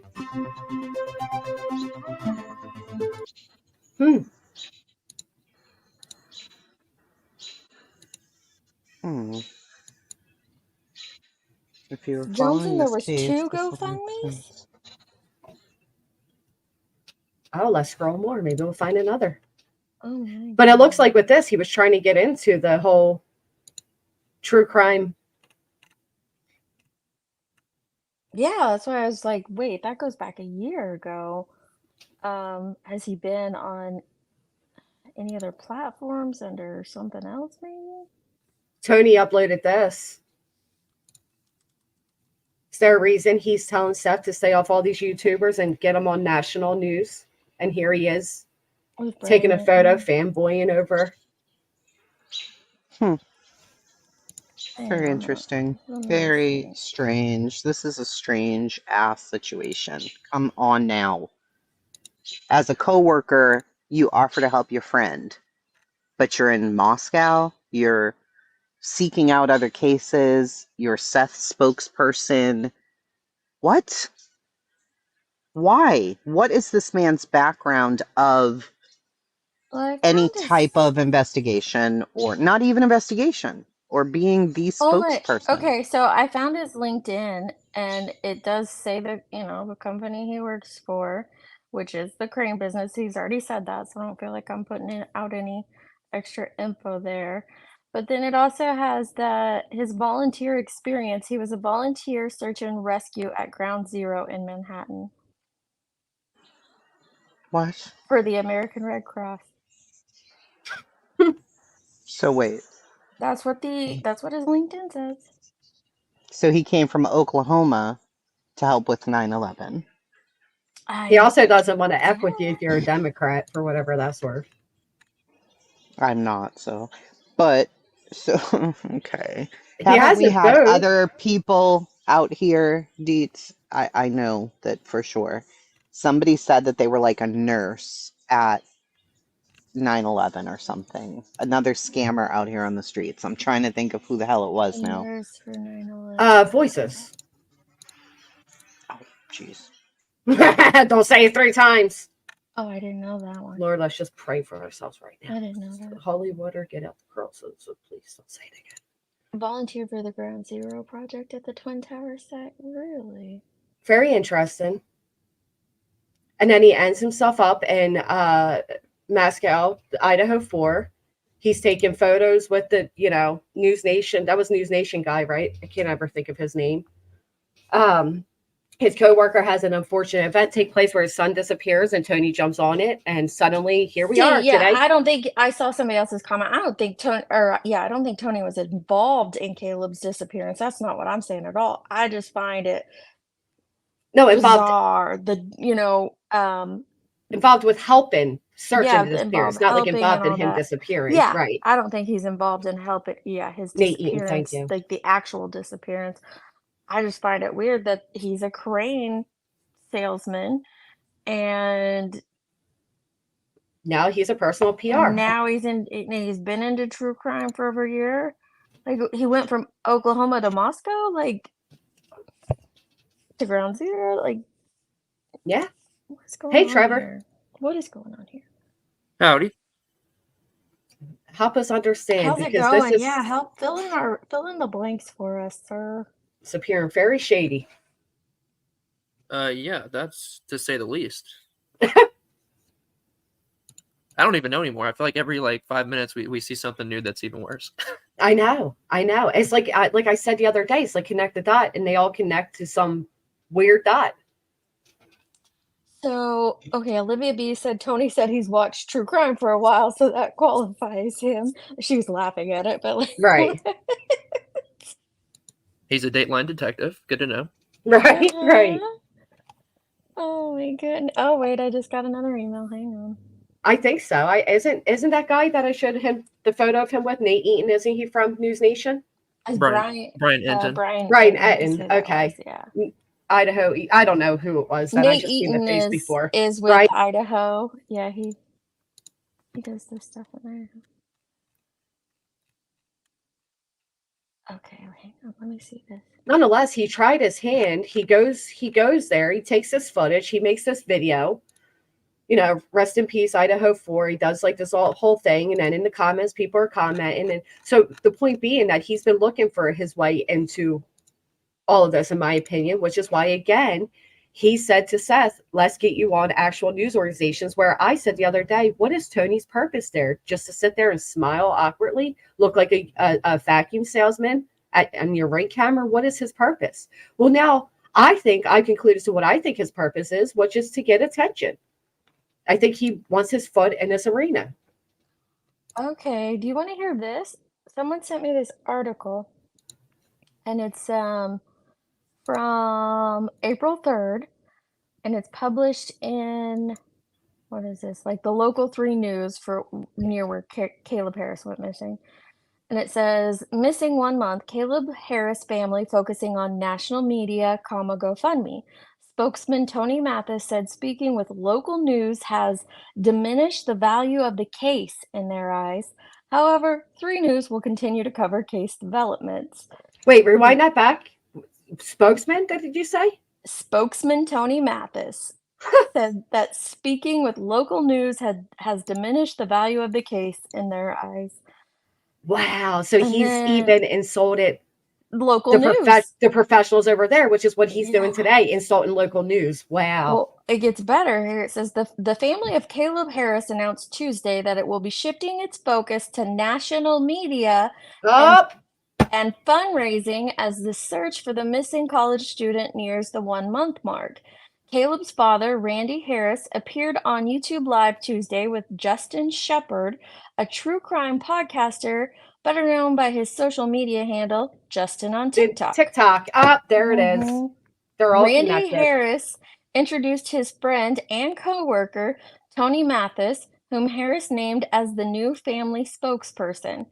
He asked me to get more involved in helping him with some of the interviews, especially trying to get more of a national exposure instead of a local exposure, Mathis said.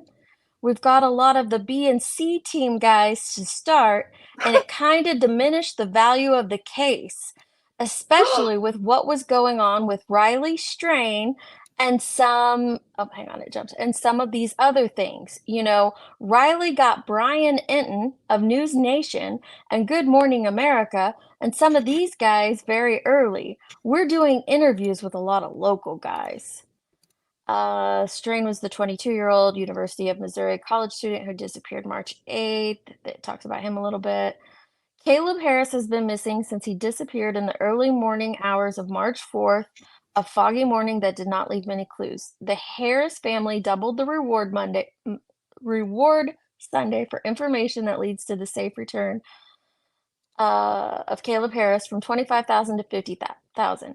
Mathis and Randy Harris said that number might need to continue to rise. We've been blessed with people donating, but as I sent you the GoFundMe earlier, we need to continue to raise money, Mathis said. We're getting to a point where if we don't continue to push the GoFundMe, then this is going to end up being a financial problem for Randy as well as an emotional problem, and that's the last thing we want. The Harris family says it has 2 active fundraisers, one for the reward and one for expenses incurred to maintain search efforts. The biggest thing right now is that we've upped the reward now, and depending on how long this plays out, there's the possibility that reward will have to continue to go up. What does this mean for 3 News coverage of the Caleb Harris case? 3 News will continue to report on the Caleb Harris case as we get new updates from police or the Harris family, or if there are local events in the area. They're just saying, like, we're going to continue to do it. Mathis said, we need a larger reach. Randy Harris added that he has been on with Nancy Grace and would like to be on John Walsh's new show, as well as networks. We were on the News Nation Tuesday, Harris added. We'll also be on Fox and Friends Wednesday morning, which we're excited about. On which Which news? On Monday? I'm happy for the family, like the Harris family, that they like, yeah, we want to get our kids' story out there and we want to Mhm. push it on these. It's just the way Tony comes across and what he's saying here. We've got a lot of B and C team guys and they diminish the value, so we need to get bigger guys. But he's doing But pop-ups on like Justin on TikTok. How's that a team he's guy? doing pop-ups on people where he can get views. Over here on Pascal and over here on just on TikTok. And you notice he's very particular with who he'll work with. Wow. This is weird. You never met Tony, did you, Trevor? You just met Seth. Tony actually has never been to the area. Right. Yeah, he's They're never trying to even been get in him there. Tennessee. That's right. He said his That's first right. time will be this weekend at the vigil. He'll be With there. your He may be there now. He's there for this weekend, he said. with your money But he provided, told you to folks. back off. Okay. Yeah, I have to stay in my own lane because I have an agenda, he says. What's Ah. your agenda? That's a great question. He didn't I- tell you. I- He just said you have an agenda. Okay. Yeah. I'll read you verbatim what he said. Let me find it. Trevor, I hope you will go and videotape the event. I do. I personally hope you do. I'm very curious how this Tony behaves in public. From what I heard of your coverage earlier this morning, Granny, and from what I see just like looking up Tony Mathis, it's like a lot of these tips are coming from social media and TikTok, and they're taking them as fact instead of just, we all know what social media does. Right. Well, that's what Tony said. He says, I've gotten a lot of credible tips through TikTok. He takes it, that's where he's getting his tips from. They do also plan on starting a YouTube channel for Sebastian. Well, Tony does. Tony started a TikTok for Sebastian. If we can say is for Sebastian.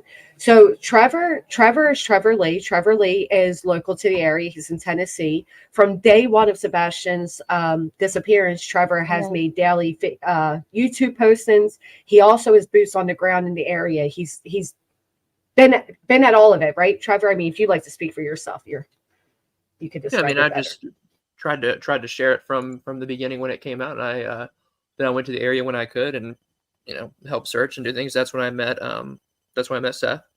And just from there, then I know some of the PIs have been working and searchers and stuff, and just trying to keep the word out there. Yeah.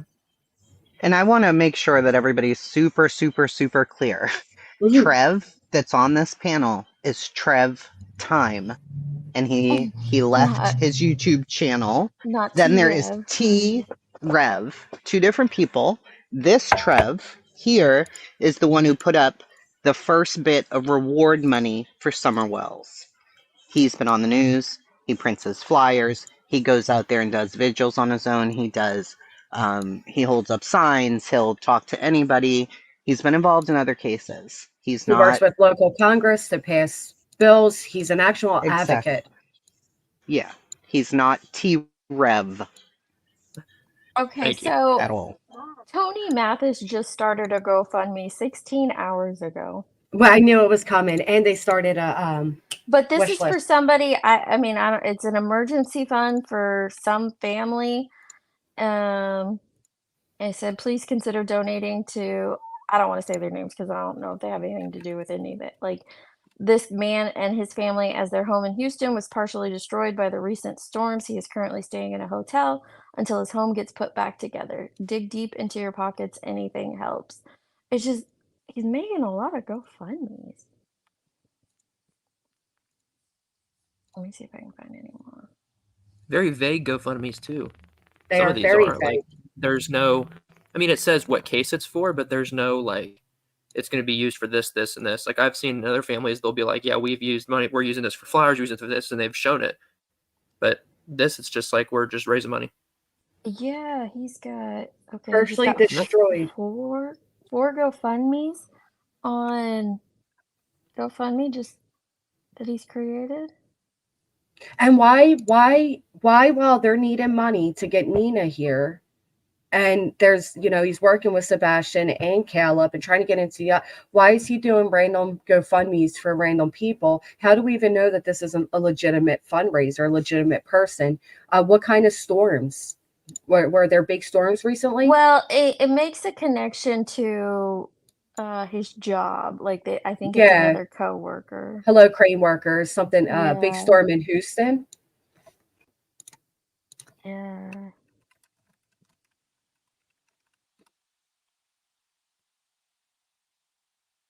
Houston Metro Rocket. All right. Left 7 dead, 1 million without.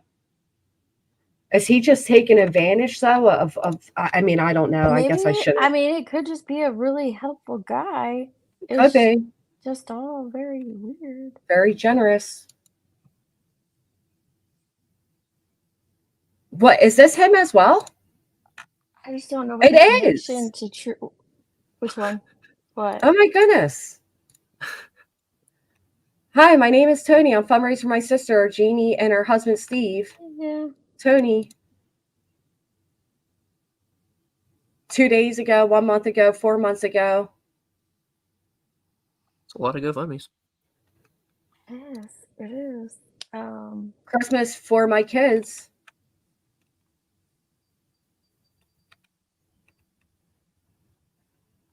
I haven't worked in the past 2 years. What year is this? Maybe that one's not him. I just Due was to my wondering. life-changing disability. He's another person on disability here?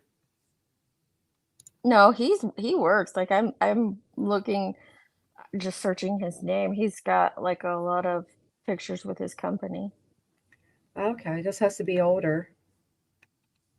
Yeah, he definitely works for that crane business. Yeah. Because that's how he met Randy. Well, this was created in October of 2023. Unless it's a different Tony. Perhaps it's a different Tony. Okay. It's all interesting nonetheless. They all connect together in some weird connected dot master web of deceit, if you ask me. It's just a big thrust from going to, being working in the crane industry to now being a spokesperson for multiple missing persons. High profile missing persons. Yeah, There's a and big then difference too between helping a family friend. Like he said he stepped in to help Randy, which is one thing. That's your friend. He asked you for some help to go on interviews with him. As a friend, you step in. That's one thing. But then to go around to other cases and present yourself as some like experienced spokesperson that can help these other families is not okay. Right. And then again, to chase away the good people is a whole other thing. Like he's isolating. Yeah, that's what I wanted to ask you about, Trev. Like the chasing away of people. Do you feel like there were other individuals that were on the team that got chased away? Yeah, I mean, that's the whole reason that he and I ever had it out was because they let go of the last PI they had. And it just made no sense to me. I mean, people felt how they wanted to about her, but I know she was working. I've seen it firsthand how much work she's put in since the beginning for Sebastian for free. She's never charged Seth a dime. And for them to just open up and they say, oh, we're just going to let her go and try to bring in someone from all across the country who they have to raise more money for, who has a shady past. I mean, it just made no sense. And don't forget, they want to start a 501c3 as well. Oh, well, just she has one. Apparently, I found her YouTube channel, and it says that her search and well, I have not verified that yet, but like in the about section, I took a screenshot of it. It says that she has a 501c3, so I don't know if she does or not yet. But For I Nina? can find that out because it's public record. Yeah, Nina. Well, Nina also is not licensed as a search and rescue. So she's just lying. Mhm. Nice. Thank you, Slim Jim. Welcome. Yeah, she's not licensed to be a search and rescue. Matter of fact, she's not even allowed to work with children. She's not allowed around children or the vulnerable. For what that's worth. Jeez Louise. Could this get any messier? I did not nonsense. And then Gypsy Trails here says that Seth's sister has 15 GoFundMe's as well. They all pop up on Google, but then are gone when you click it. So so she removed them. Really? Yeah, Nina's is expired. Actually expired like this year. Apparently she didn't submit all the correct forms and Yeah, so she's not even licensed, and she can't even afford to fix her vehicle. Why are we bringing in these people that need your money to come when there are professionals and other local volunteers that are stand up people that are doing the same thing that these people can come and do? Waiting for free. Like the people that they're letting go have just come in and helped just based off the money they have. Now they're trying to raise money to bring people in. That's what doesn't make Right. sense to me. You had a PI working for free. You had people coming in to search for free. And I'm not just talking about myself. I couldn't care less what they said to me. I'm talking about the whole general idea of running people off who are helping without getting anything back from it. And then you're like, well, we need to raise a bunch of money to bring these people in because we need people to search. Well, you had that and you told them all to go. Right.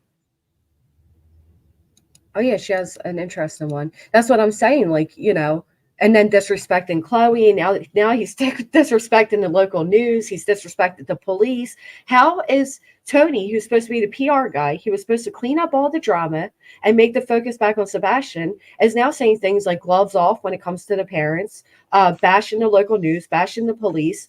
What good is this guy bringing to the table? Well, he's convinced he's going to be the one to get information from law enforcement for Seth. That's what he told me. He said he's going to be able to, he said people have only seen the nice version of him. He's going to step in there and he's going to make sure they give information to Seth.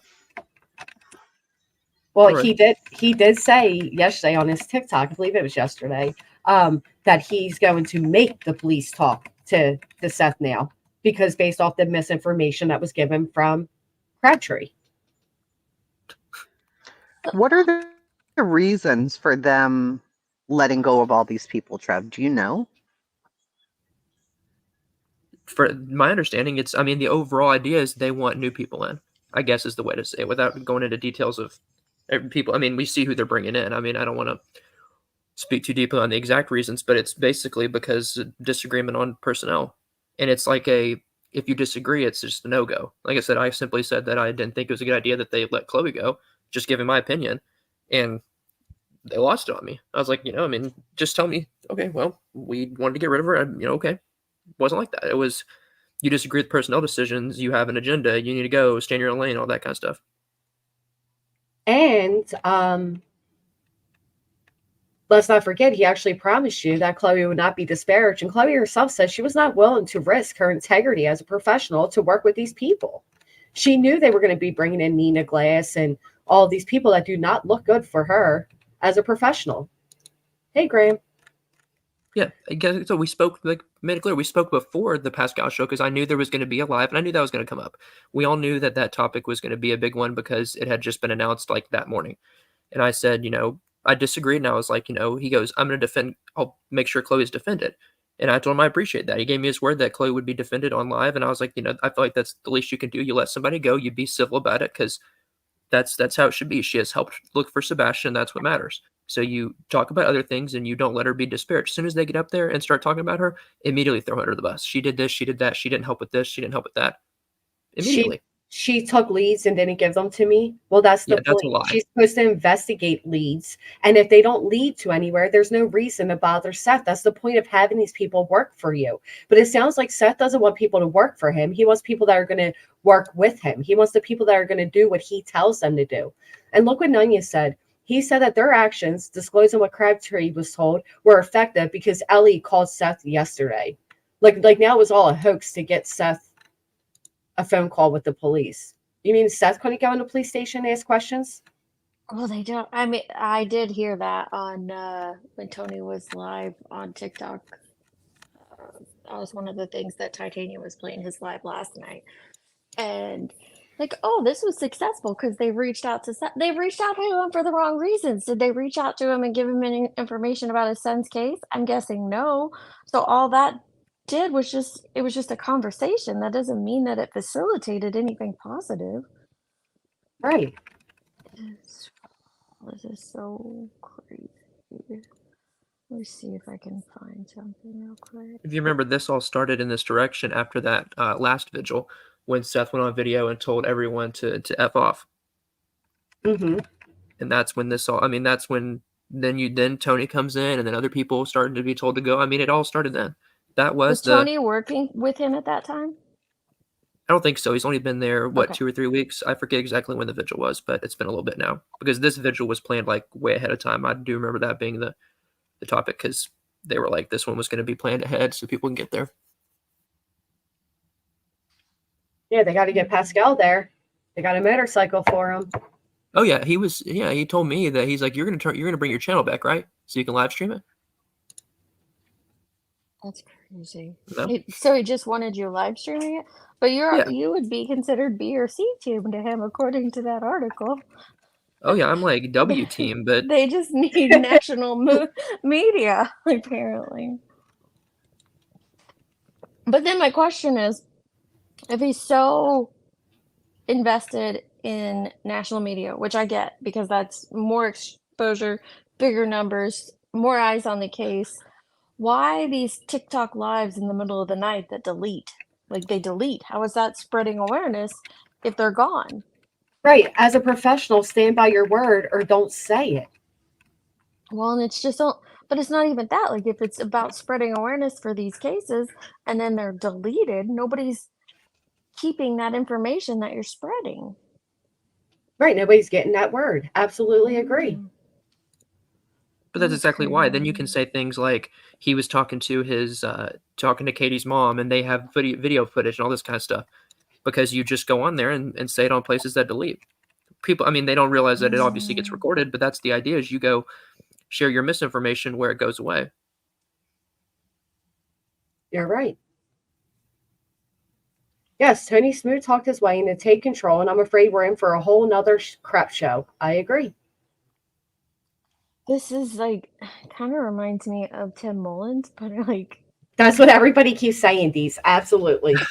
I'm sorry, it does. It kind of reminds me of him, but like maybe even worse. I don't know. Well, I think it's going to get to a point where we can't. It's going to be they're going to be guiding the ship in one way, and there's no way to turn it back. I think we just have to. It doesn't work. So I mean, at some point, it's like they're just going to keep making it worse and let him make it worse on themselves, but we can't let him make it worse on Sebastian. I completely agree. He's still out there.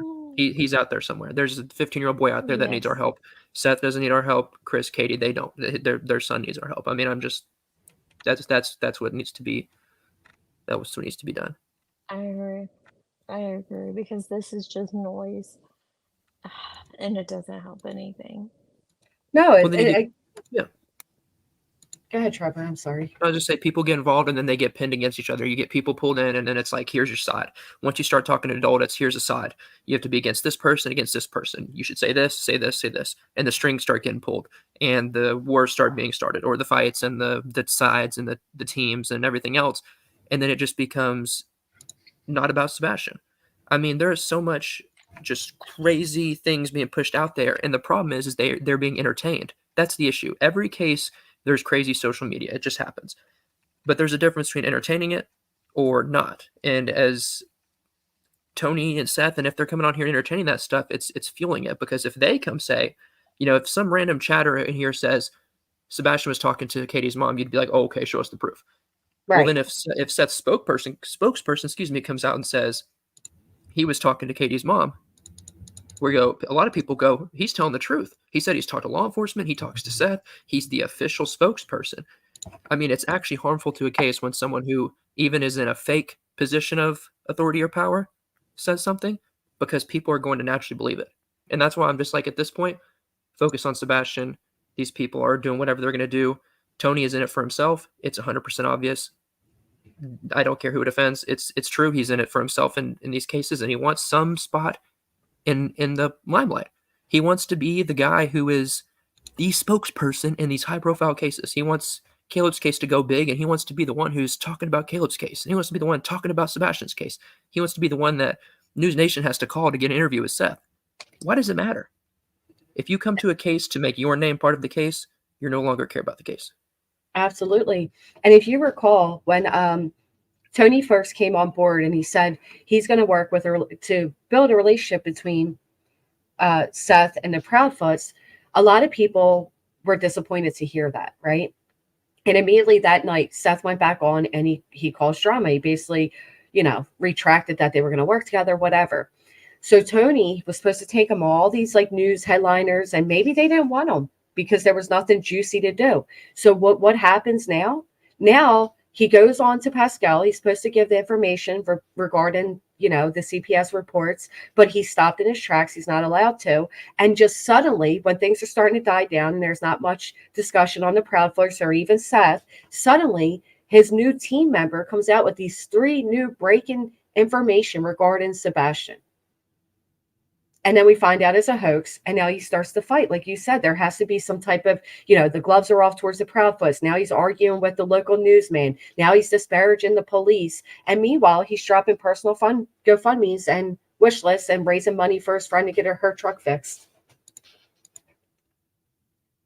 It doesn't seem very legitimate.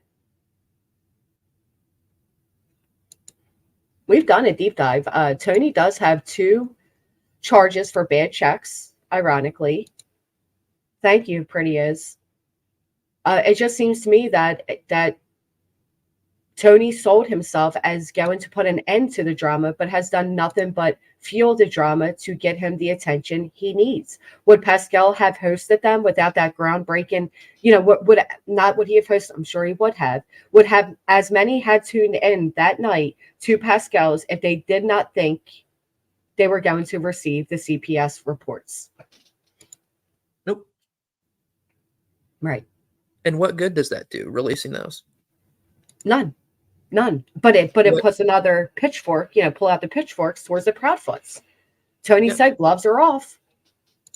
So as the public, when it comes to a case, any information law enforcement gives us is just a privilege, what we get. What we need to know is bare minimum, what the child looks like, what the child was wearing at the time of the disappearance, and any factors that we need to know to see, like people go missing, tattoos, birthmarks, things like that. Okay, so any identifying factors, that's what we need to know, because we are looking to spot this person in public. We're not looking to investigate what happened. The people that need those, see, it proved how wrong it was as soon as he said Sumner County has had it since the beginning. As soon as they said that, that proved that nobody needs to see those, because the people investigating have had them since the end of February, since this started. We don't need those because we're not investigating, we're looking. As the public, we're to keep our eyes open. If we see Sebastian, we call it. We don't investigate. Well, now that I've heard those CPS records, let me think about who probably did this. Let me call TBI and say, I think I know who did this. That's not our job. So that's why putting those out there does not help. And if they're bad, as he's someone's alluding to, then why put that out there on Sebastian?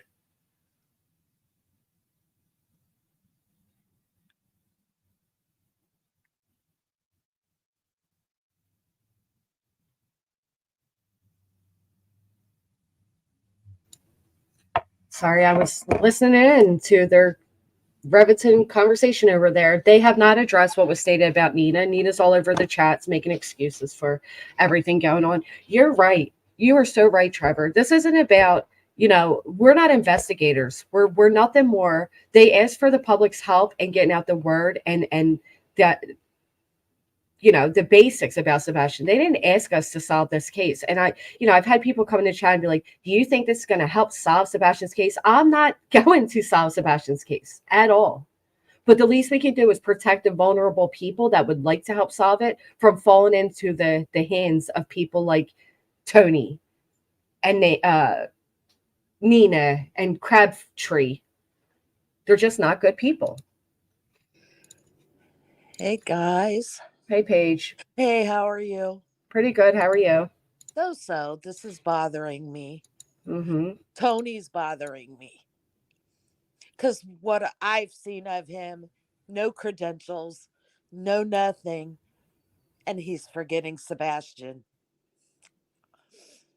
Yeah. Thank you so much, Be Real. Sebastian's priority, not adults that are not his parents going on live stream putting out dirt on the parents. Fake PR reps that are felons, fake dog handlers, and all the drama. Sick and sad. Very much so. Well, Sebastian, is the way you spelled it first is the correct way, self-aware. Thank you, Shay B. Prayers he is found soon and to end all of this. Yeah.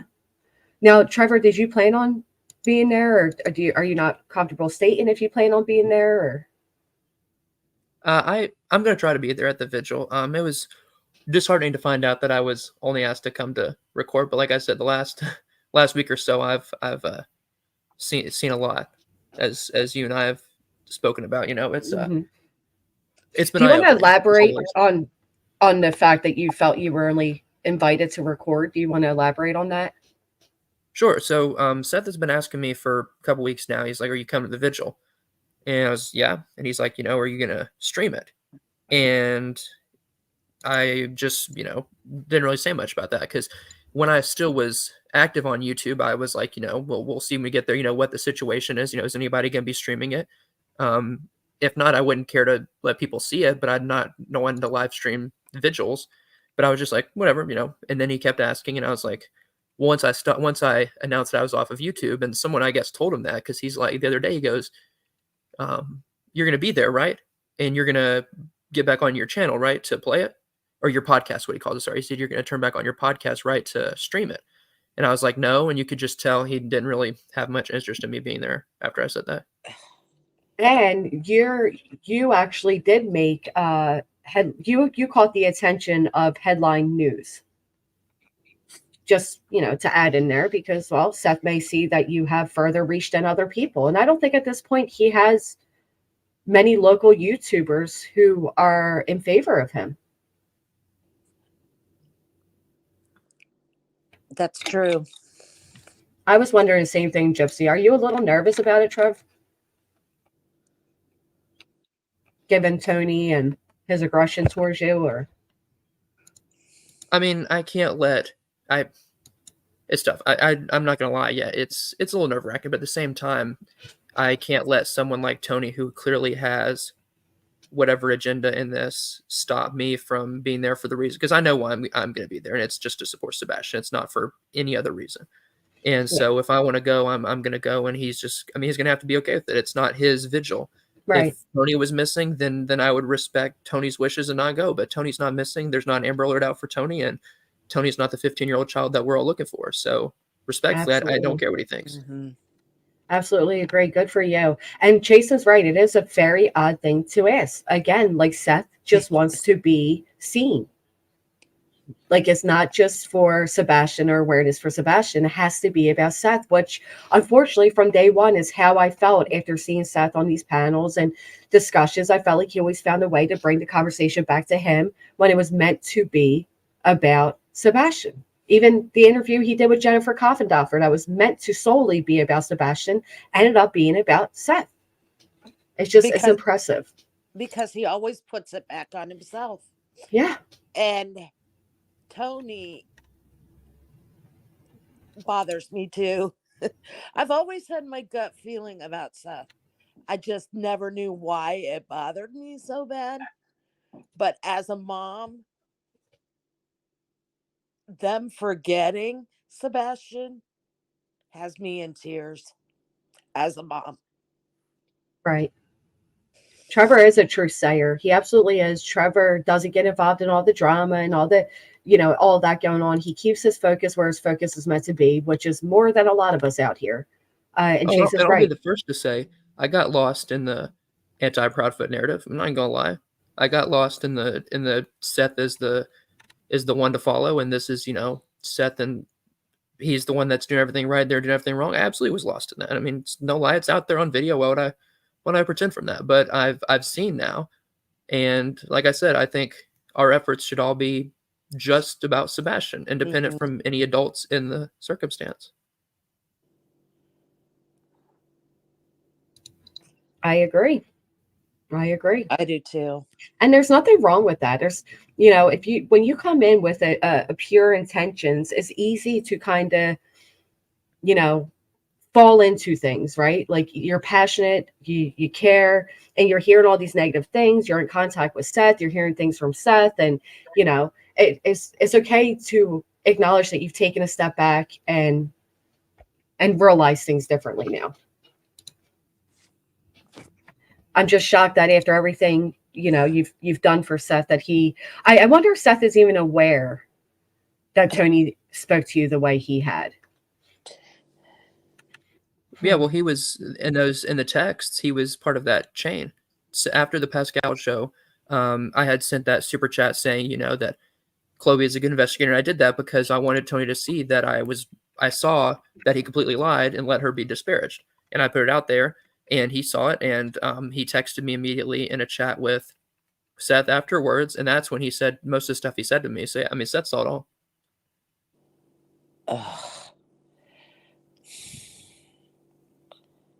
Did he speak with you privately afterwards, or did he have any further, acknowledgement of the situation? No. No. That's really unfortunate. But I do personally thank you and give you credit for not allowing them to stop you and your purpose here, which is to keep the focus on Sebastian. And that's, I'm glad that you still have the reason or the heart to go through and do that, because a lot of people would be discouraged. You have this guy come in and tell you basically back off, your intentions are no good, when you've shown nothing but good intention the entire time. Yep.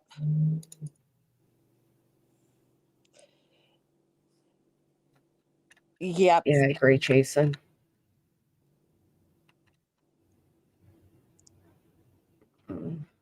This is crazy case. So many characters. You didn't do anything wrong, Trevor. You searched it, did a huge part coming from a good place. Yeah. Yeah, a lot of people proud of you. I'm not judging you by any means. I think you're awesome. Yes. Trevor does a lot more than people realize. I don't think there's a reason. People make mistakes. We all make mistakes. Do you see how we're all now talking about Seth again, not about Sebastian? Unfortunately, yes, you're right. You're so right, Eve. Which is what Seth has managed to do, right? He has managed to make himself the center, really. He gets all the praise. He gets all the recognition. And there's his little puppet, if you will, because Tony himself has said he is here to say whatever Seth tells him to say, which is not what he's supposed to do. Nope. And there he is sitting on every panel with them, and just there for what? He doesn't even speak in most of them. And I wonder whether Seth realizes he has no credentials whatsoever to help him. And it makes it look really nasty to have Tony there when all he does is sit there. Won't say a word. It just bothers me. He does a lot. Yeah. Sweetie Cake says, don't come at me, but I do believe Crabtree is trying to do the right thing. Tony saw more prey and is using him to do dirty work. I disagree. I feel like Crabtree, again, has a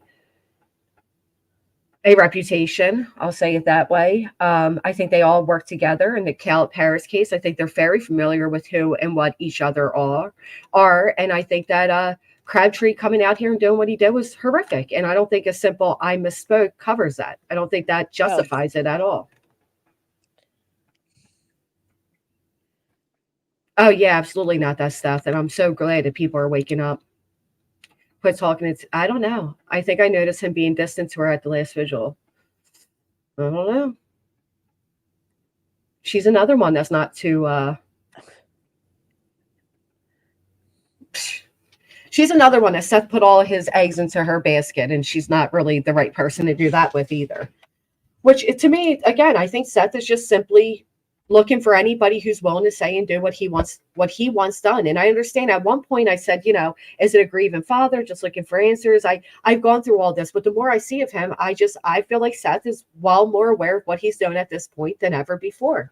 I think there's a reason for it. What do you think about Chris getting involved? I thought that whole interview was ridiculous. I think Chris was given biased information. It would have been nice if Chris would have, as a professional, if he would have seen things from an unbiased perspective and we could have gotten an actual overview of his professional opinion on things. But he was on an anti-Proudfoot panel, so he was only given information to make them look bad.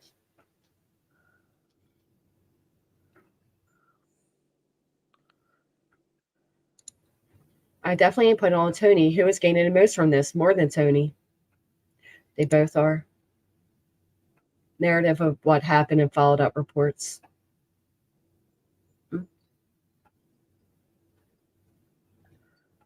Some are like Seth. Yeah. The platform catapulted the hate for Chris into the stratosphere. Not helpful or relevant, in my opinion. He can't take it back at this point, Terry Dean. It's nothing he could do. Hey, Barbara. Yep. So you pretty much nailed it. I'm from Delco. I know half of the people in the chat were were wishing the Proudfoots dead, and now you're on their side since the truth came out about Seth. This does not apply to some. You know who you are. I know half the people in the chats were wishing the Proudfoots dead. Now your side is true. Well, what do you? Shouldn't we just be happy that people have a change of perspective to admit? You know what I mean? Like, Yeah. I think we all do that as cases go on, or we get new information, or we start to open our eyes a little bit. I don't think there's anything. I think it's best too if we see what's best for, if we're opening up to see what's best for Sebastian, not best for Yes. a specific adult. And I'm not saying there doesn't have to be sides. You can support all three, none of them. I mean, just is what it is. People make those decisions, but it doesn't have to be like you're starting to see now this, so you want what's best for the other adult. It's best to want what's best for Sebastian. And we're seeing I think what we're seeing right now is the people that are around Seth don't want what's best for Sebastian. So it's less about seeing what's right about Chris and Katie in this situation, and it's more of seeing what's wrong about what Seth and his people are doing because it's not helping Sebastian, if that makes sense. No. You're right, Trevor. And I think that's the realization we have to come to is we need to see what's best for Sebastian. Yeah, because people are forgetting him. Yeah. And all this fighting, people are forgetting him. And he shouldn't be forgotten. See, I agree, and I also disagree, because I think without all of this, Sebastian would have been forgotten. And think about the hundreds and hundreds of kids that are missing every day. I made a post about a little girl that is currently, has an Amber Alert out for her, and it barely got any interaction at all. And that's the unfortunate part. Gypsy Trail says, Trevor, I was once all Team Seth and believed things until I saw the interviews turn to a press tour for Seth. I saw him turn on multiple people and wanted everyone to yes him. Please be aware of yourself and integrity at the run. That's really sweet. Thank you. Like I said, it was not easy to come to that realization. Not like it was a hard thing to do. It was tough to see because, you put all your, you think you're standing behind the right person, the person that's doing the right thing, and you're like, I'm here. This is what's right. And then it kind of hits you in the face. It's like, wow. And right.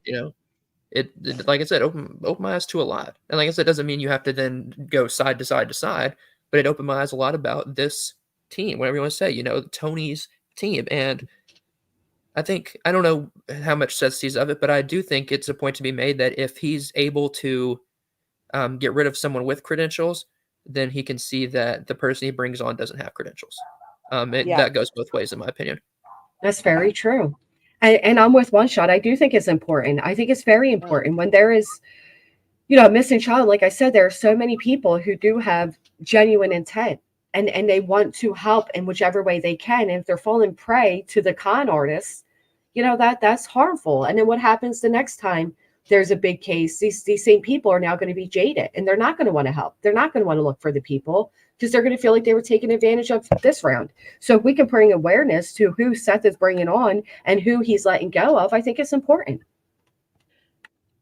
Celine, I have problems with that too, with the Cash App being put up and stuff like that when Seth does something, because there again, it's Sebastian not being thought of. Well, what she's saying here actually isn't just that. It's the fact that the Cash Apps are not under Seth's name. And that's likely because he has raised so much money at this point, the taxes.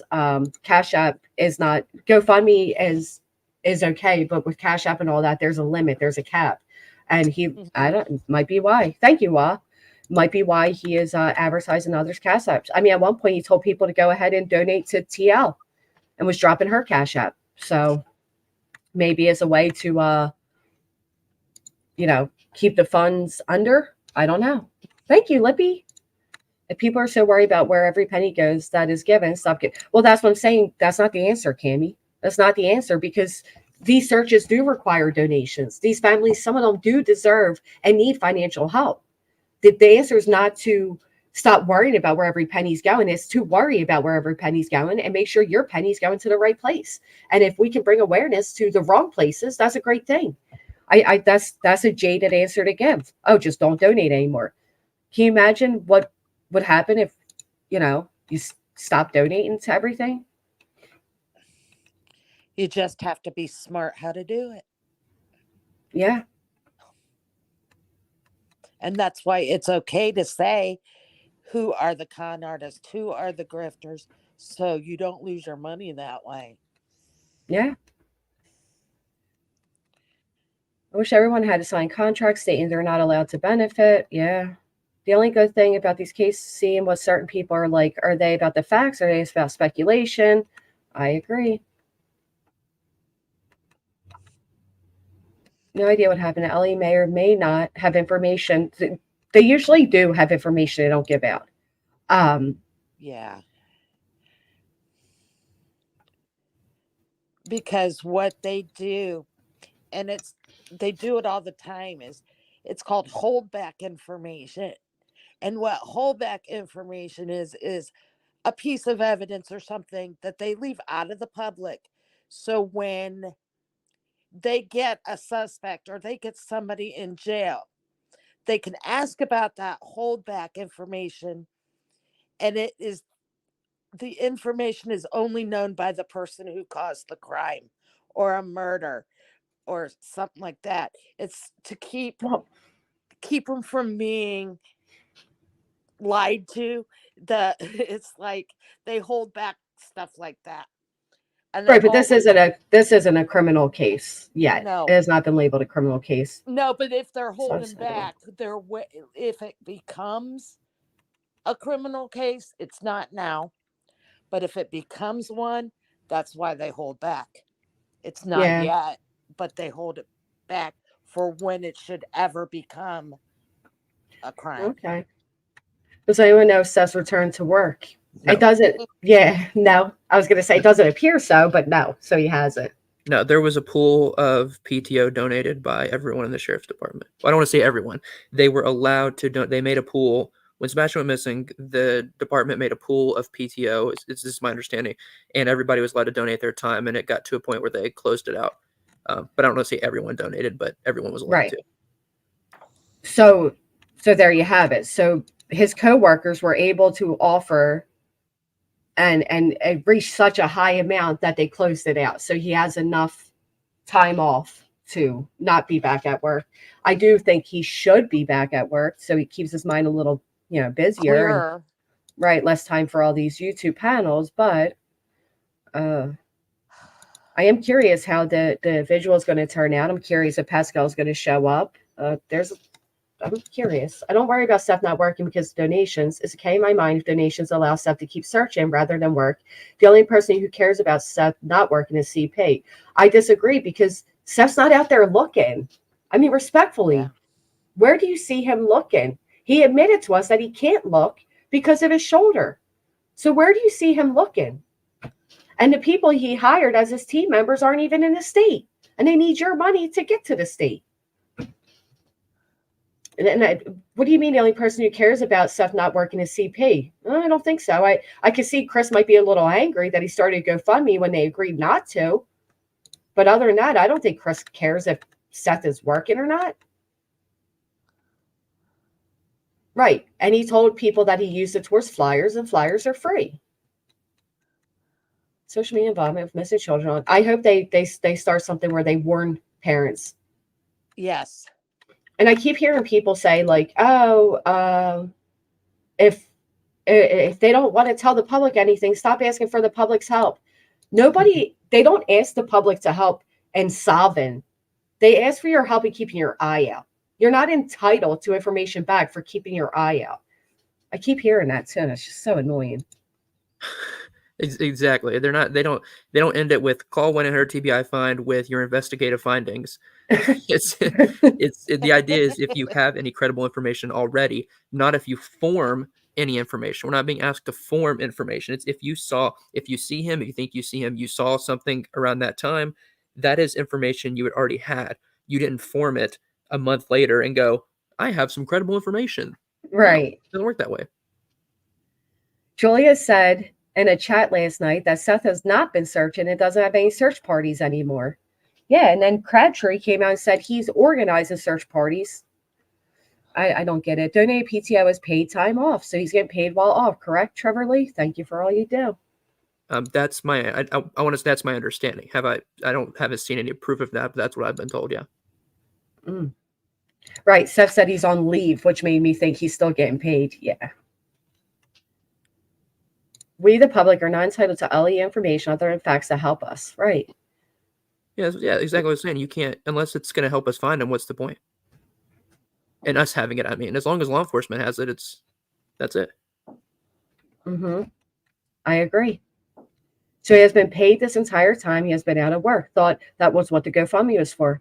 That's why a lot of people assumed that the GoFundMe was going to pay for the professionals that he was looking to bring in, right? And when he made remarks, and I'm actually going to revisit all of them. We're going to go through Seth's different panel hopping journeys along this whole thing. And we're going to hear where he himself has said things like, I know where Sebastian is, but I don't have the resources. Cha-ching, cha-ching, cha-ching, personal cash app drop, money going in. So people assumed that the GoFundMe money was going to pay for the professionals, the PIs, and then we find out the PIs were doing it pro bono. And so I don't know. I don't know where that money went. I have no idea. One PI was. So Heather's firm, the Justice Invest, I forget the exact firm, I apologize, but she was on retainer. They were paying her. Chloe has worked pro bono. All of her cases, she works for free, but Heather's firm was being paid. Okay. Thank you. Mm-hmm. I think there are some things, like the whole comment about, he's in a homeless encampment, or I think he's inside somewhere playing video games and they're keeping him from the internet. All of that's bizarre. All of that is such bizarre statements that have been overlooked because there was pitchforks out for the Proudfoots immediately. And listen, I'm not saying by me sussing out Seth that I think the Proudfoots are innocent. I don't think so at all. I think all three of these parents, in my opinion, have made mistakes. As us normal parents do, we make mistakes. We're not all perfect. But in my opinion, I think Sebastian ran out the house that night. Why? I don't know. I can speculate why. But I don't think anybody is necessarily involved in his disappearance. But I do think there's some shady things happening. People assume Proudfoots are doing absolutely nothing, right? Because they're not out here advertising it, but neither is Seth, and people still believe he's doing something, right? They're not out here advertising it. Trevor, do you think Tony came in because he knows Seth is gullible and could get away with things? Mm-hmm. I do. Because you're taking advantage of people in emotional states. No matter what, all three parents are in a very vulnerable emotional state. It's what happens when you're in a tragic situation like this. You see it in any kind of case. No matter how those parents take out those emotions, they're always there. And he was asked to come in, I think, with Caleb. That's the difference. He had a friend that asked him. Now he's seeing it. He's seeing how he can capitalize. He goes, okay, so here's how it happened with Caleb's dad. Now I see these other cases. I'm going to then plug myself into that. It went from being asked to help to nosing his way in. And that's the bothersome part to me, is the inserting. If my friend came to me and said, hey, I need some help with this, I would say, just so you know, I don't have any PR experience, but I'm fine to help you if you need it. And right. But I wouldn't go, hey, other families, I'm a PR person with PR experience, so I'm going to come in and help you. That's not my place. Go get somebody who actually has that experience. There's a big difference between helping a friend and inserting yourself into high profile cases to have your face on TV beside the parent. And that's exactly what he is. Yes. He doesn't say anything. He just goes on there and blinks while he's on national TV, or he goes on Pascal's show and just blinks. He just goes on there to be on there. And awkwardly smiling here and there. Yep. And before, and that's funny you say that. Check the phone. So while he was questioned for why he kept looking at his phone, and on Jennifer Coffindoffer's, he didn't even have his volume down. This spokesperson, he stated because he works all day and then he gives the little bit of downtime he has, he gives it to Seth. But yet I've seen this guy do nothing but spend hours on TikTok at night. And before he became involved in Sebastian with Seth, he tried getting in with this family, with Harley Moore's family right beforehand. The spokesperson for the family of Caleb Harris, these cases are eerily similar. Someone please have the mom or dad message me. And he was called out in the comments like, wait, you have your hands full. B Legend has a question for you. Do you think that the local area has already been extensively searched? Yes, but it is continuing to be searched. I will say this about the local area. It's kind of deceiving when people look at like the idea of a nice subdivision, because it's actually not like an urban area. It's a little ways outside of the city. It's a very rural area to say the least. I mean, there's just a lot of farmland, a lot of deep, dense forestry around it. So it's a lot to search, and it still is being looked at. But yeah, in that first week or however long that first search took place, I mean, they had helicopters, they had the TBI fixed wing, drones, mounted units on horses, searchers on foot. I mean, it's been very extensively searched, but it's continued to be searched. I mean, until he's found. Yep. And you don't have evidence. I just typed this out, but you don't have evidence you don't know what evidence they have.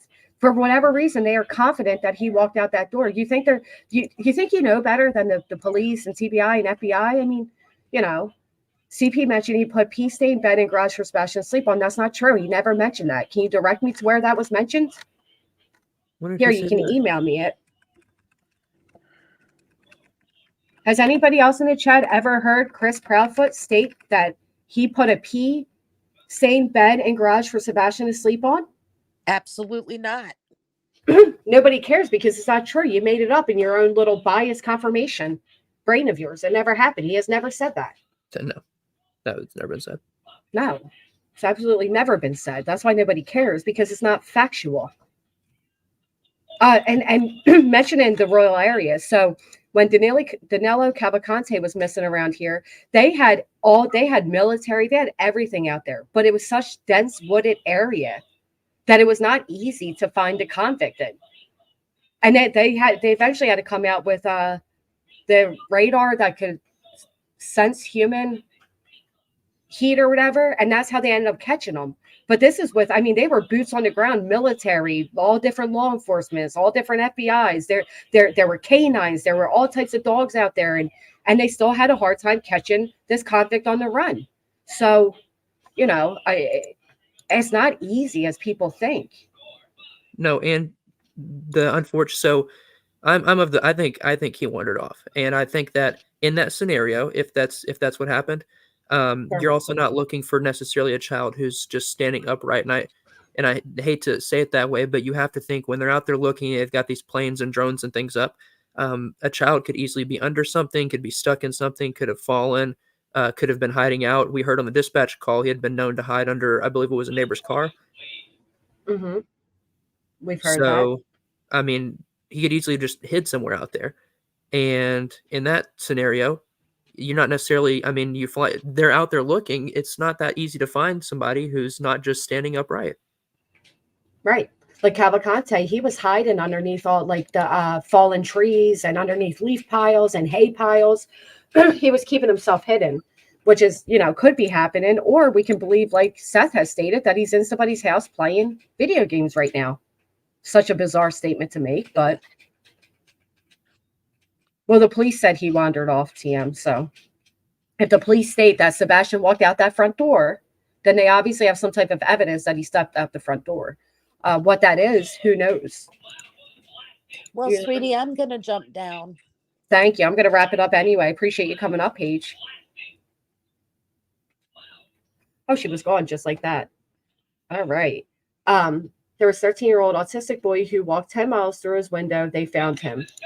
There's actually a thing that just came out the other day about a kid was kidnapped as a teenager. Here, he was right next door in his neighbor's basement, and they found him 26 years later.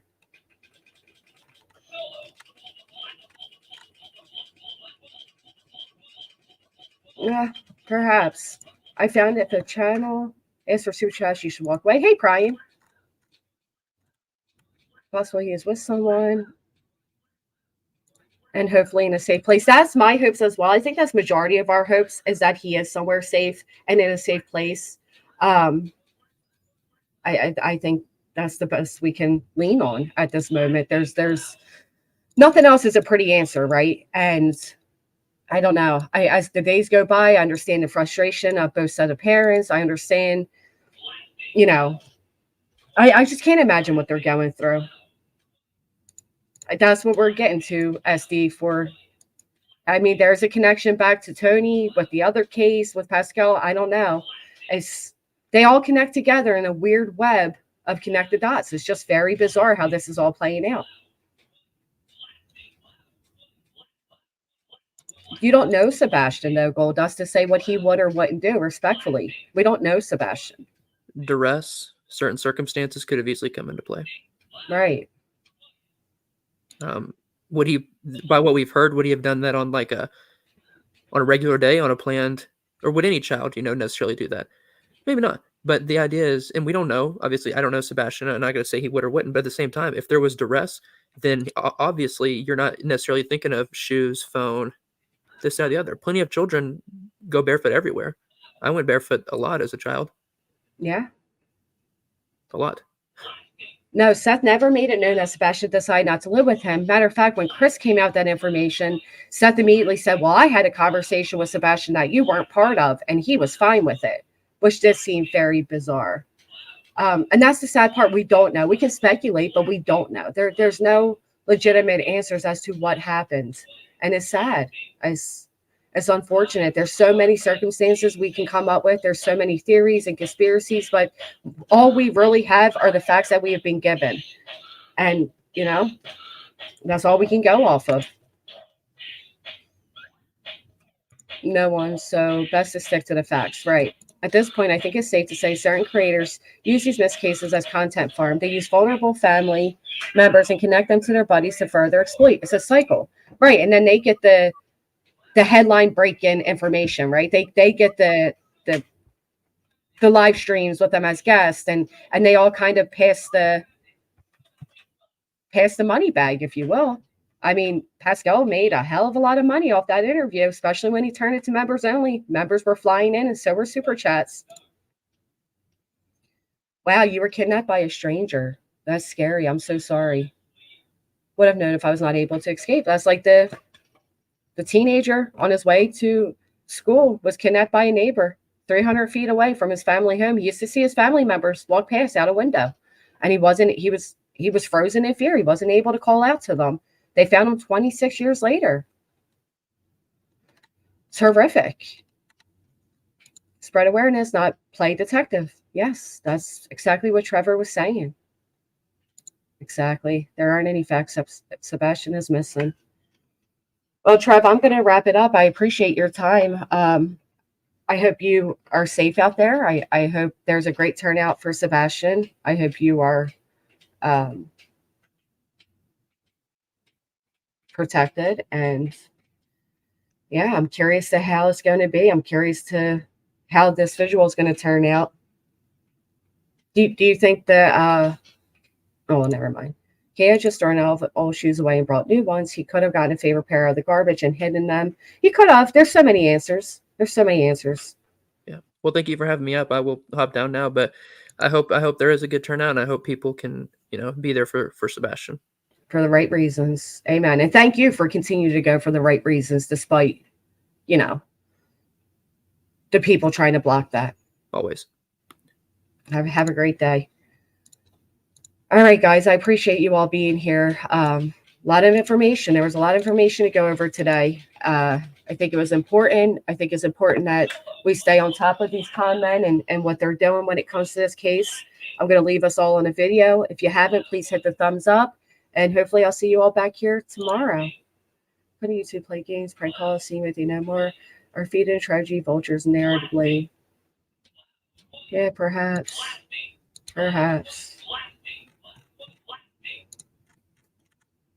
On February 26, 2024, an Amber Alert went out for 15-year-old Sebastian Rogers. Sebastian is white, 5'5", 120 pounds, with brown hair and brown eyes.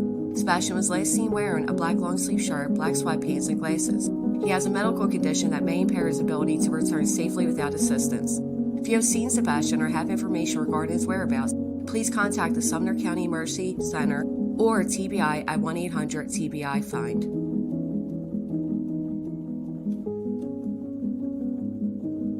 Let's take this moment to pray for Sebastian's safe return.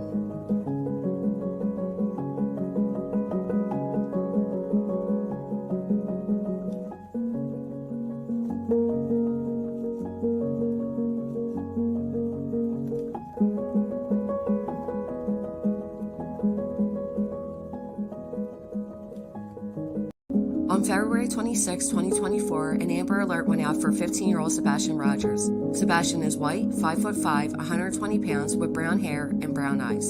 Sebastian was last seen wearing a black long-sleeve shirt, black sweatpants, and glasses. He has a medical condition that may impair his ability to return safely without assistance.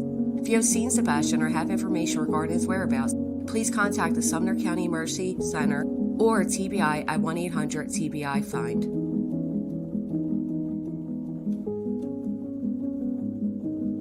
Let's take this moment to pray for Sebastian's safe return.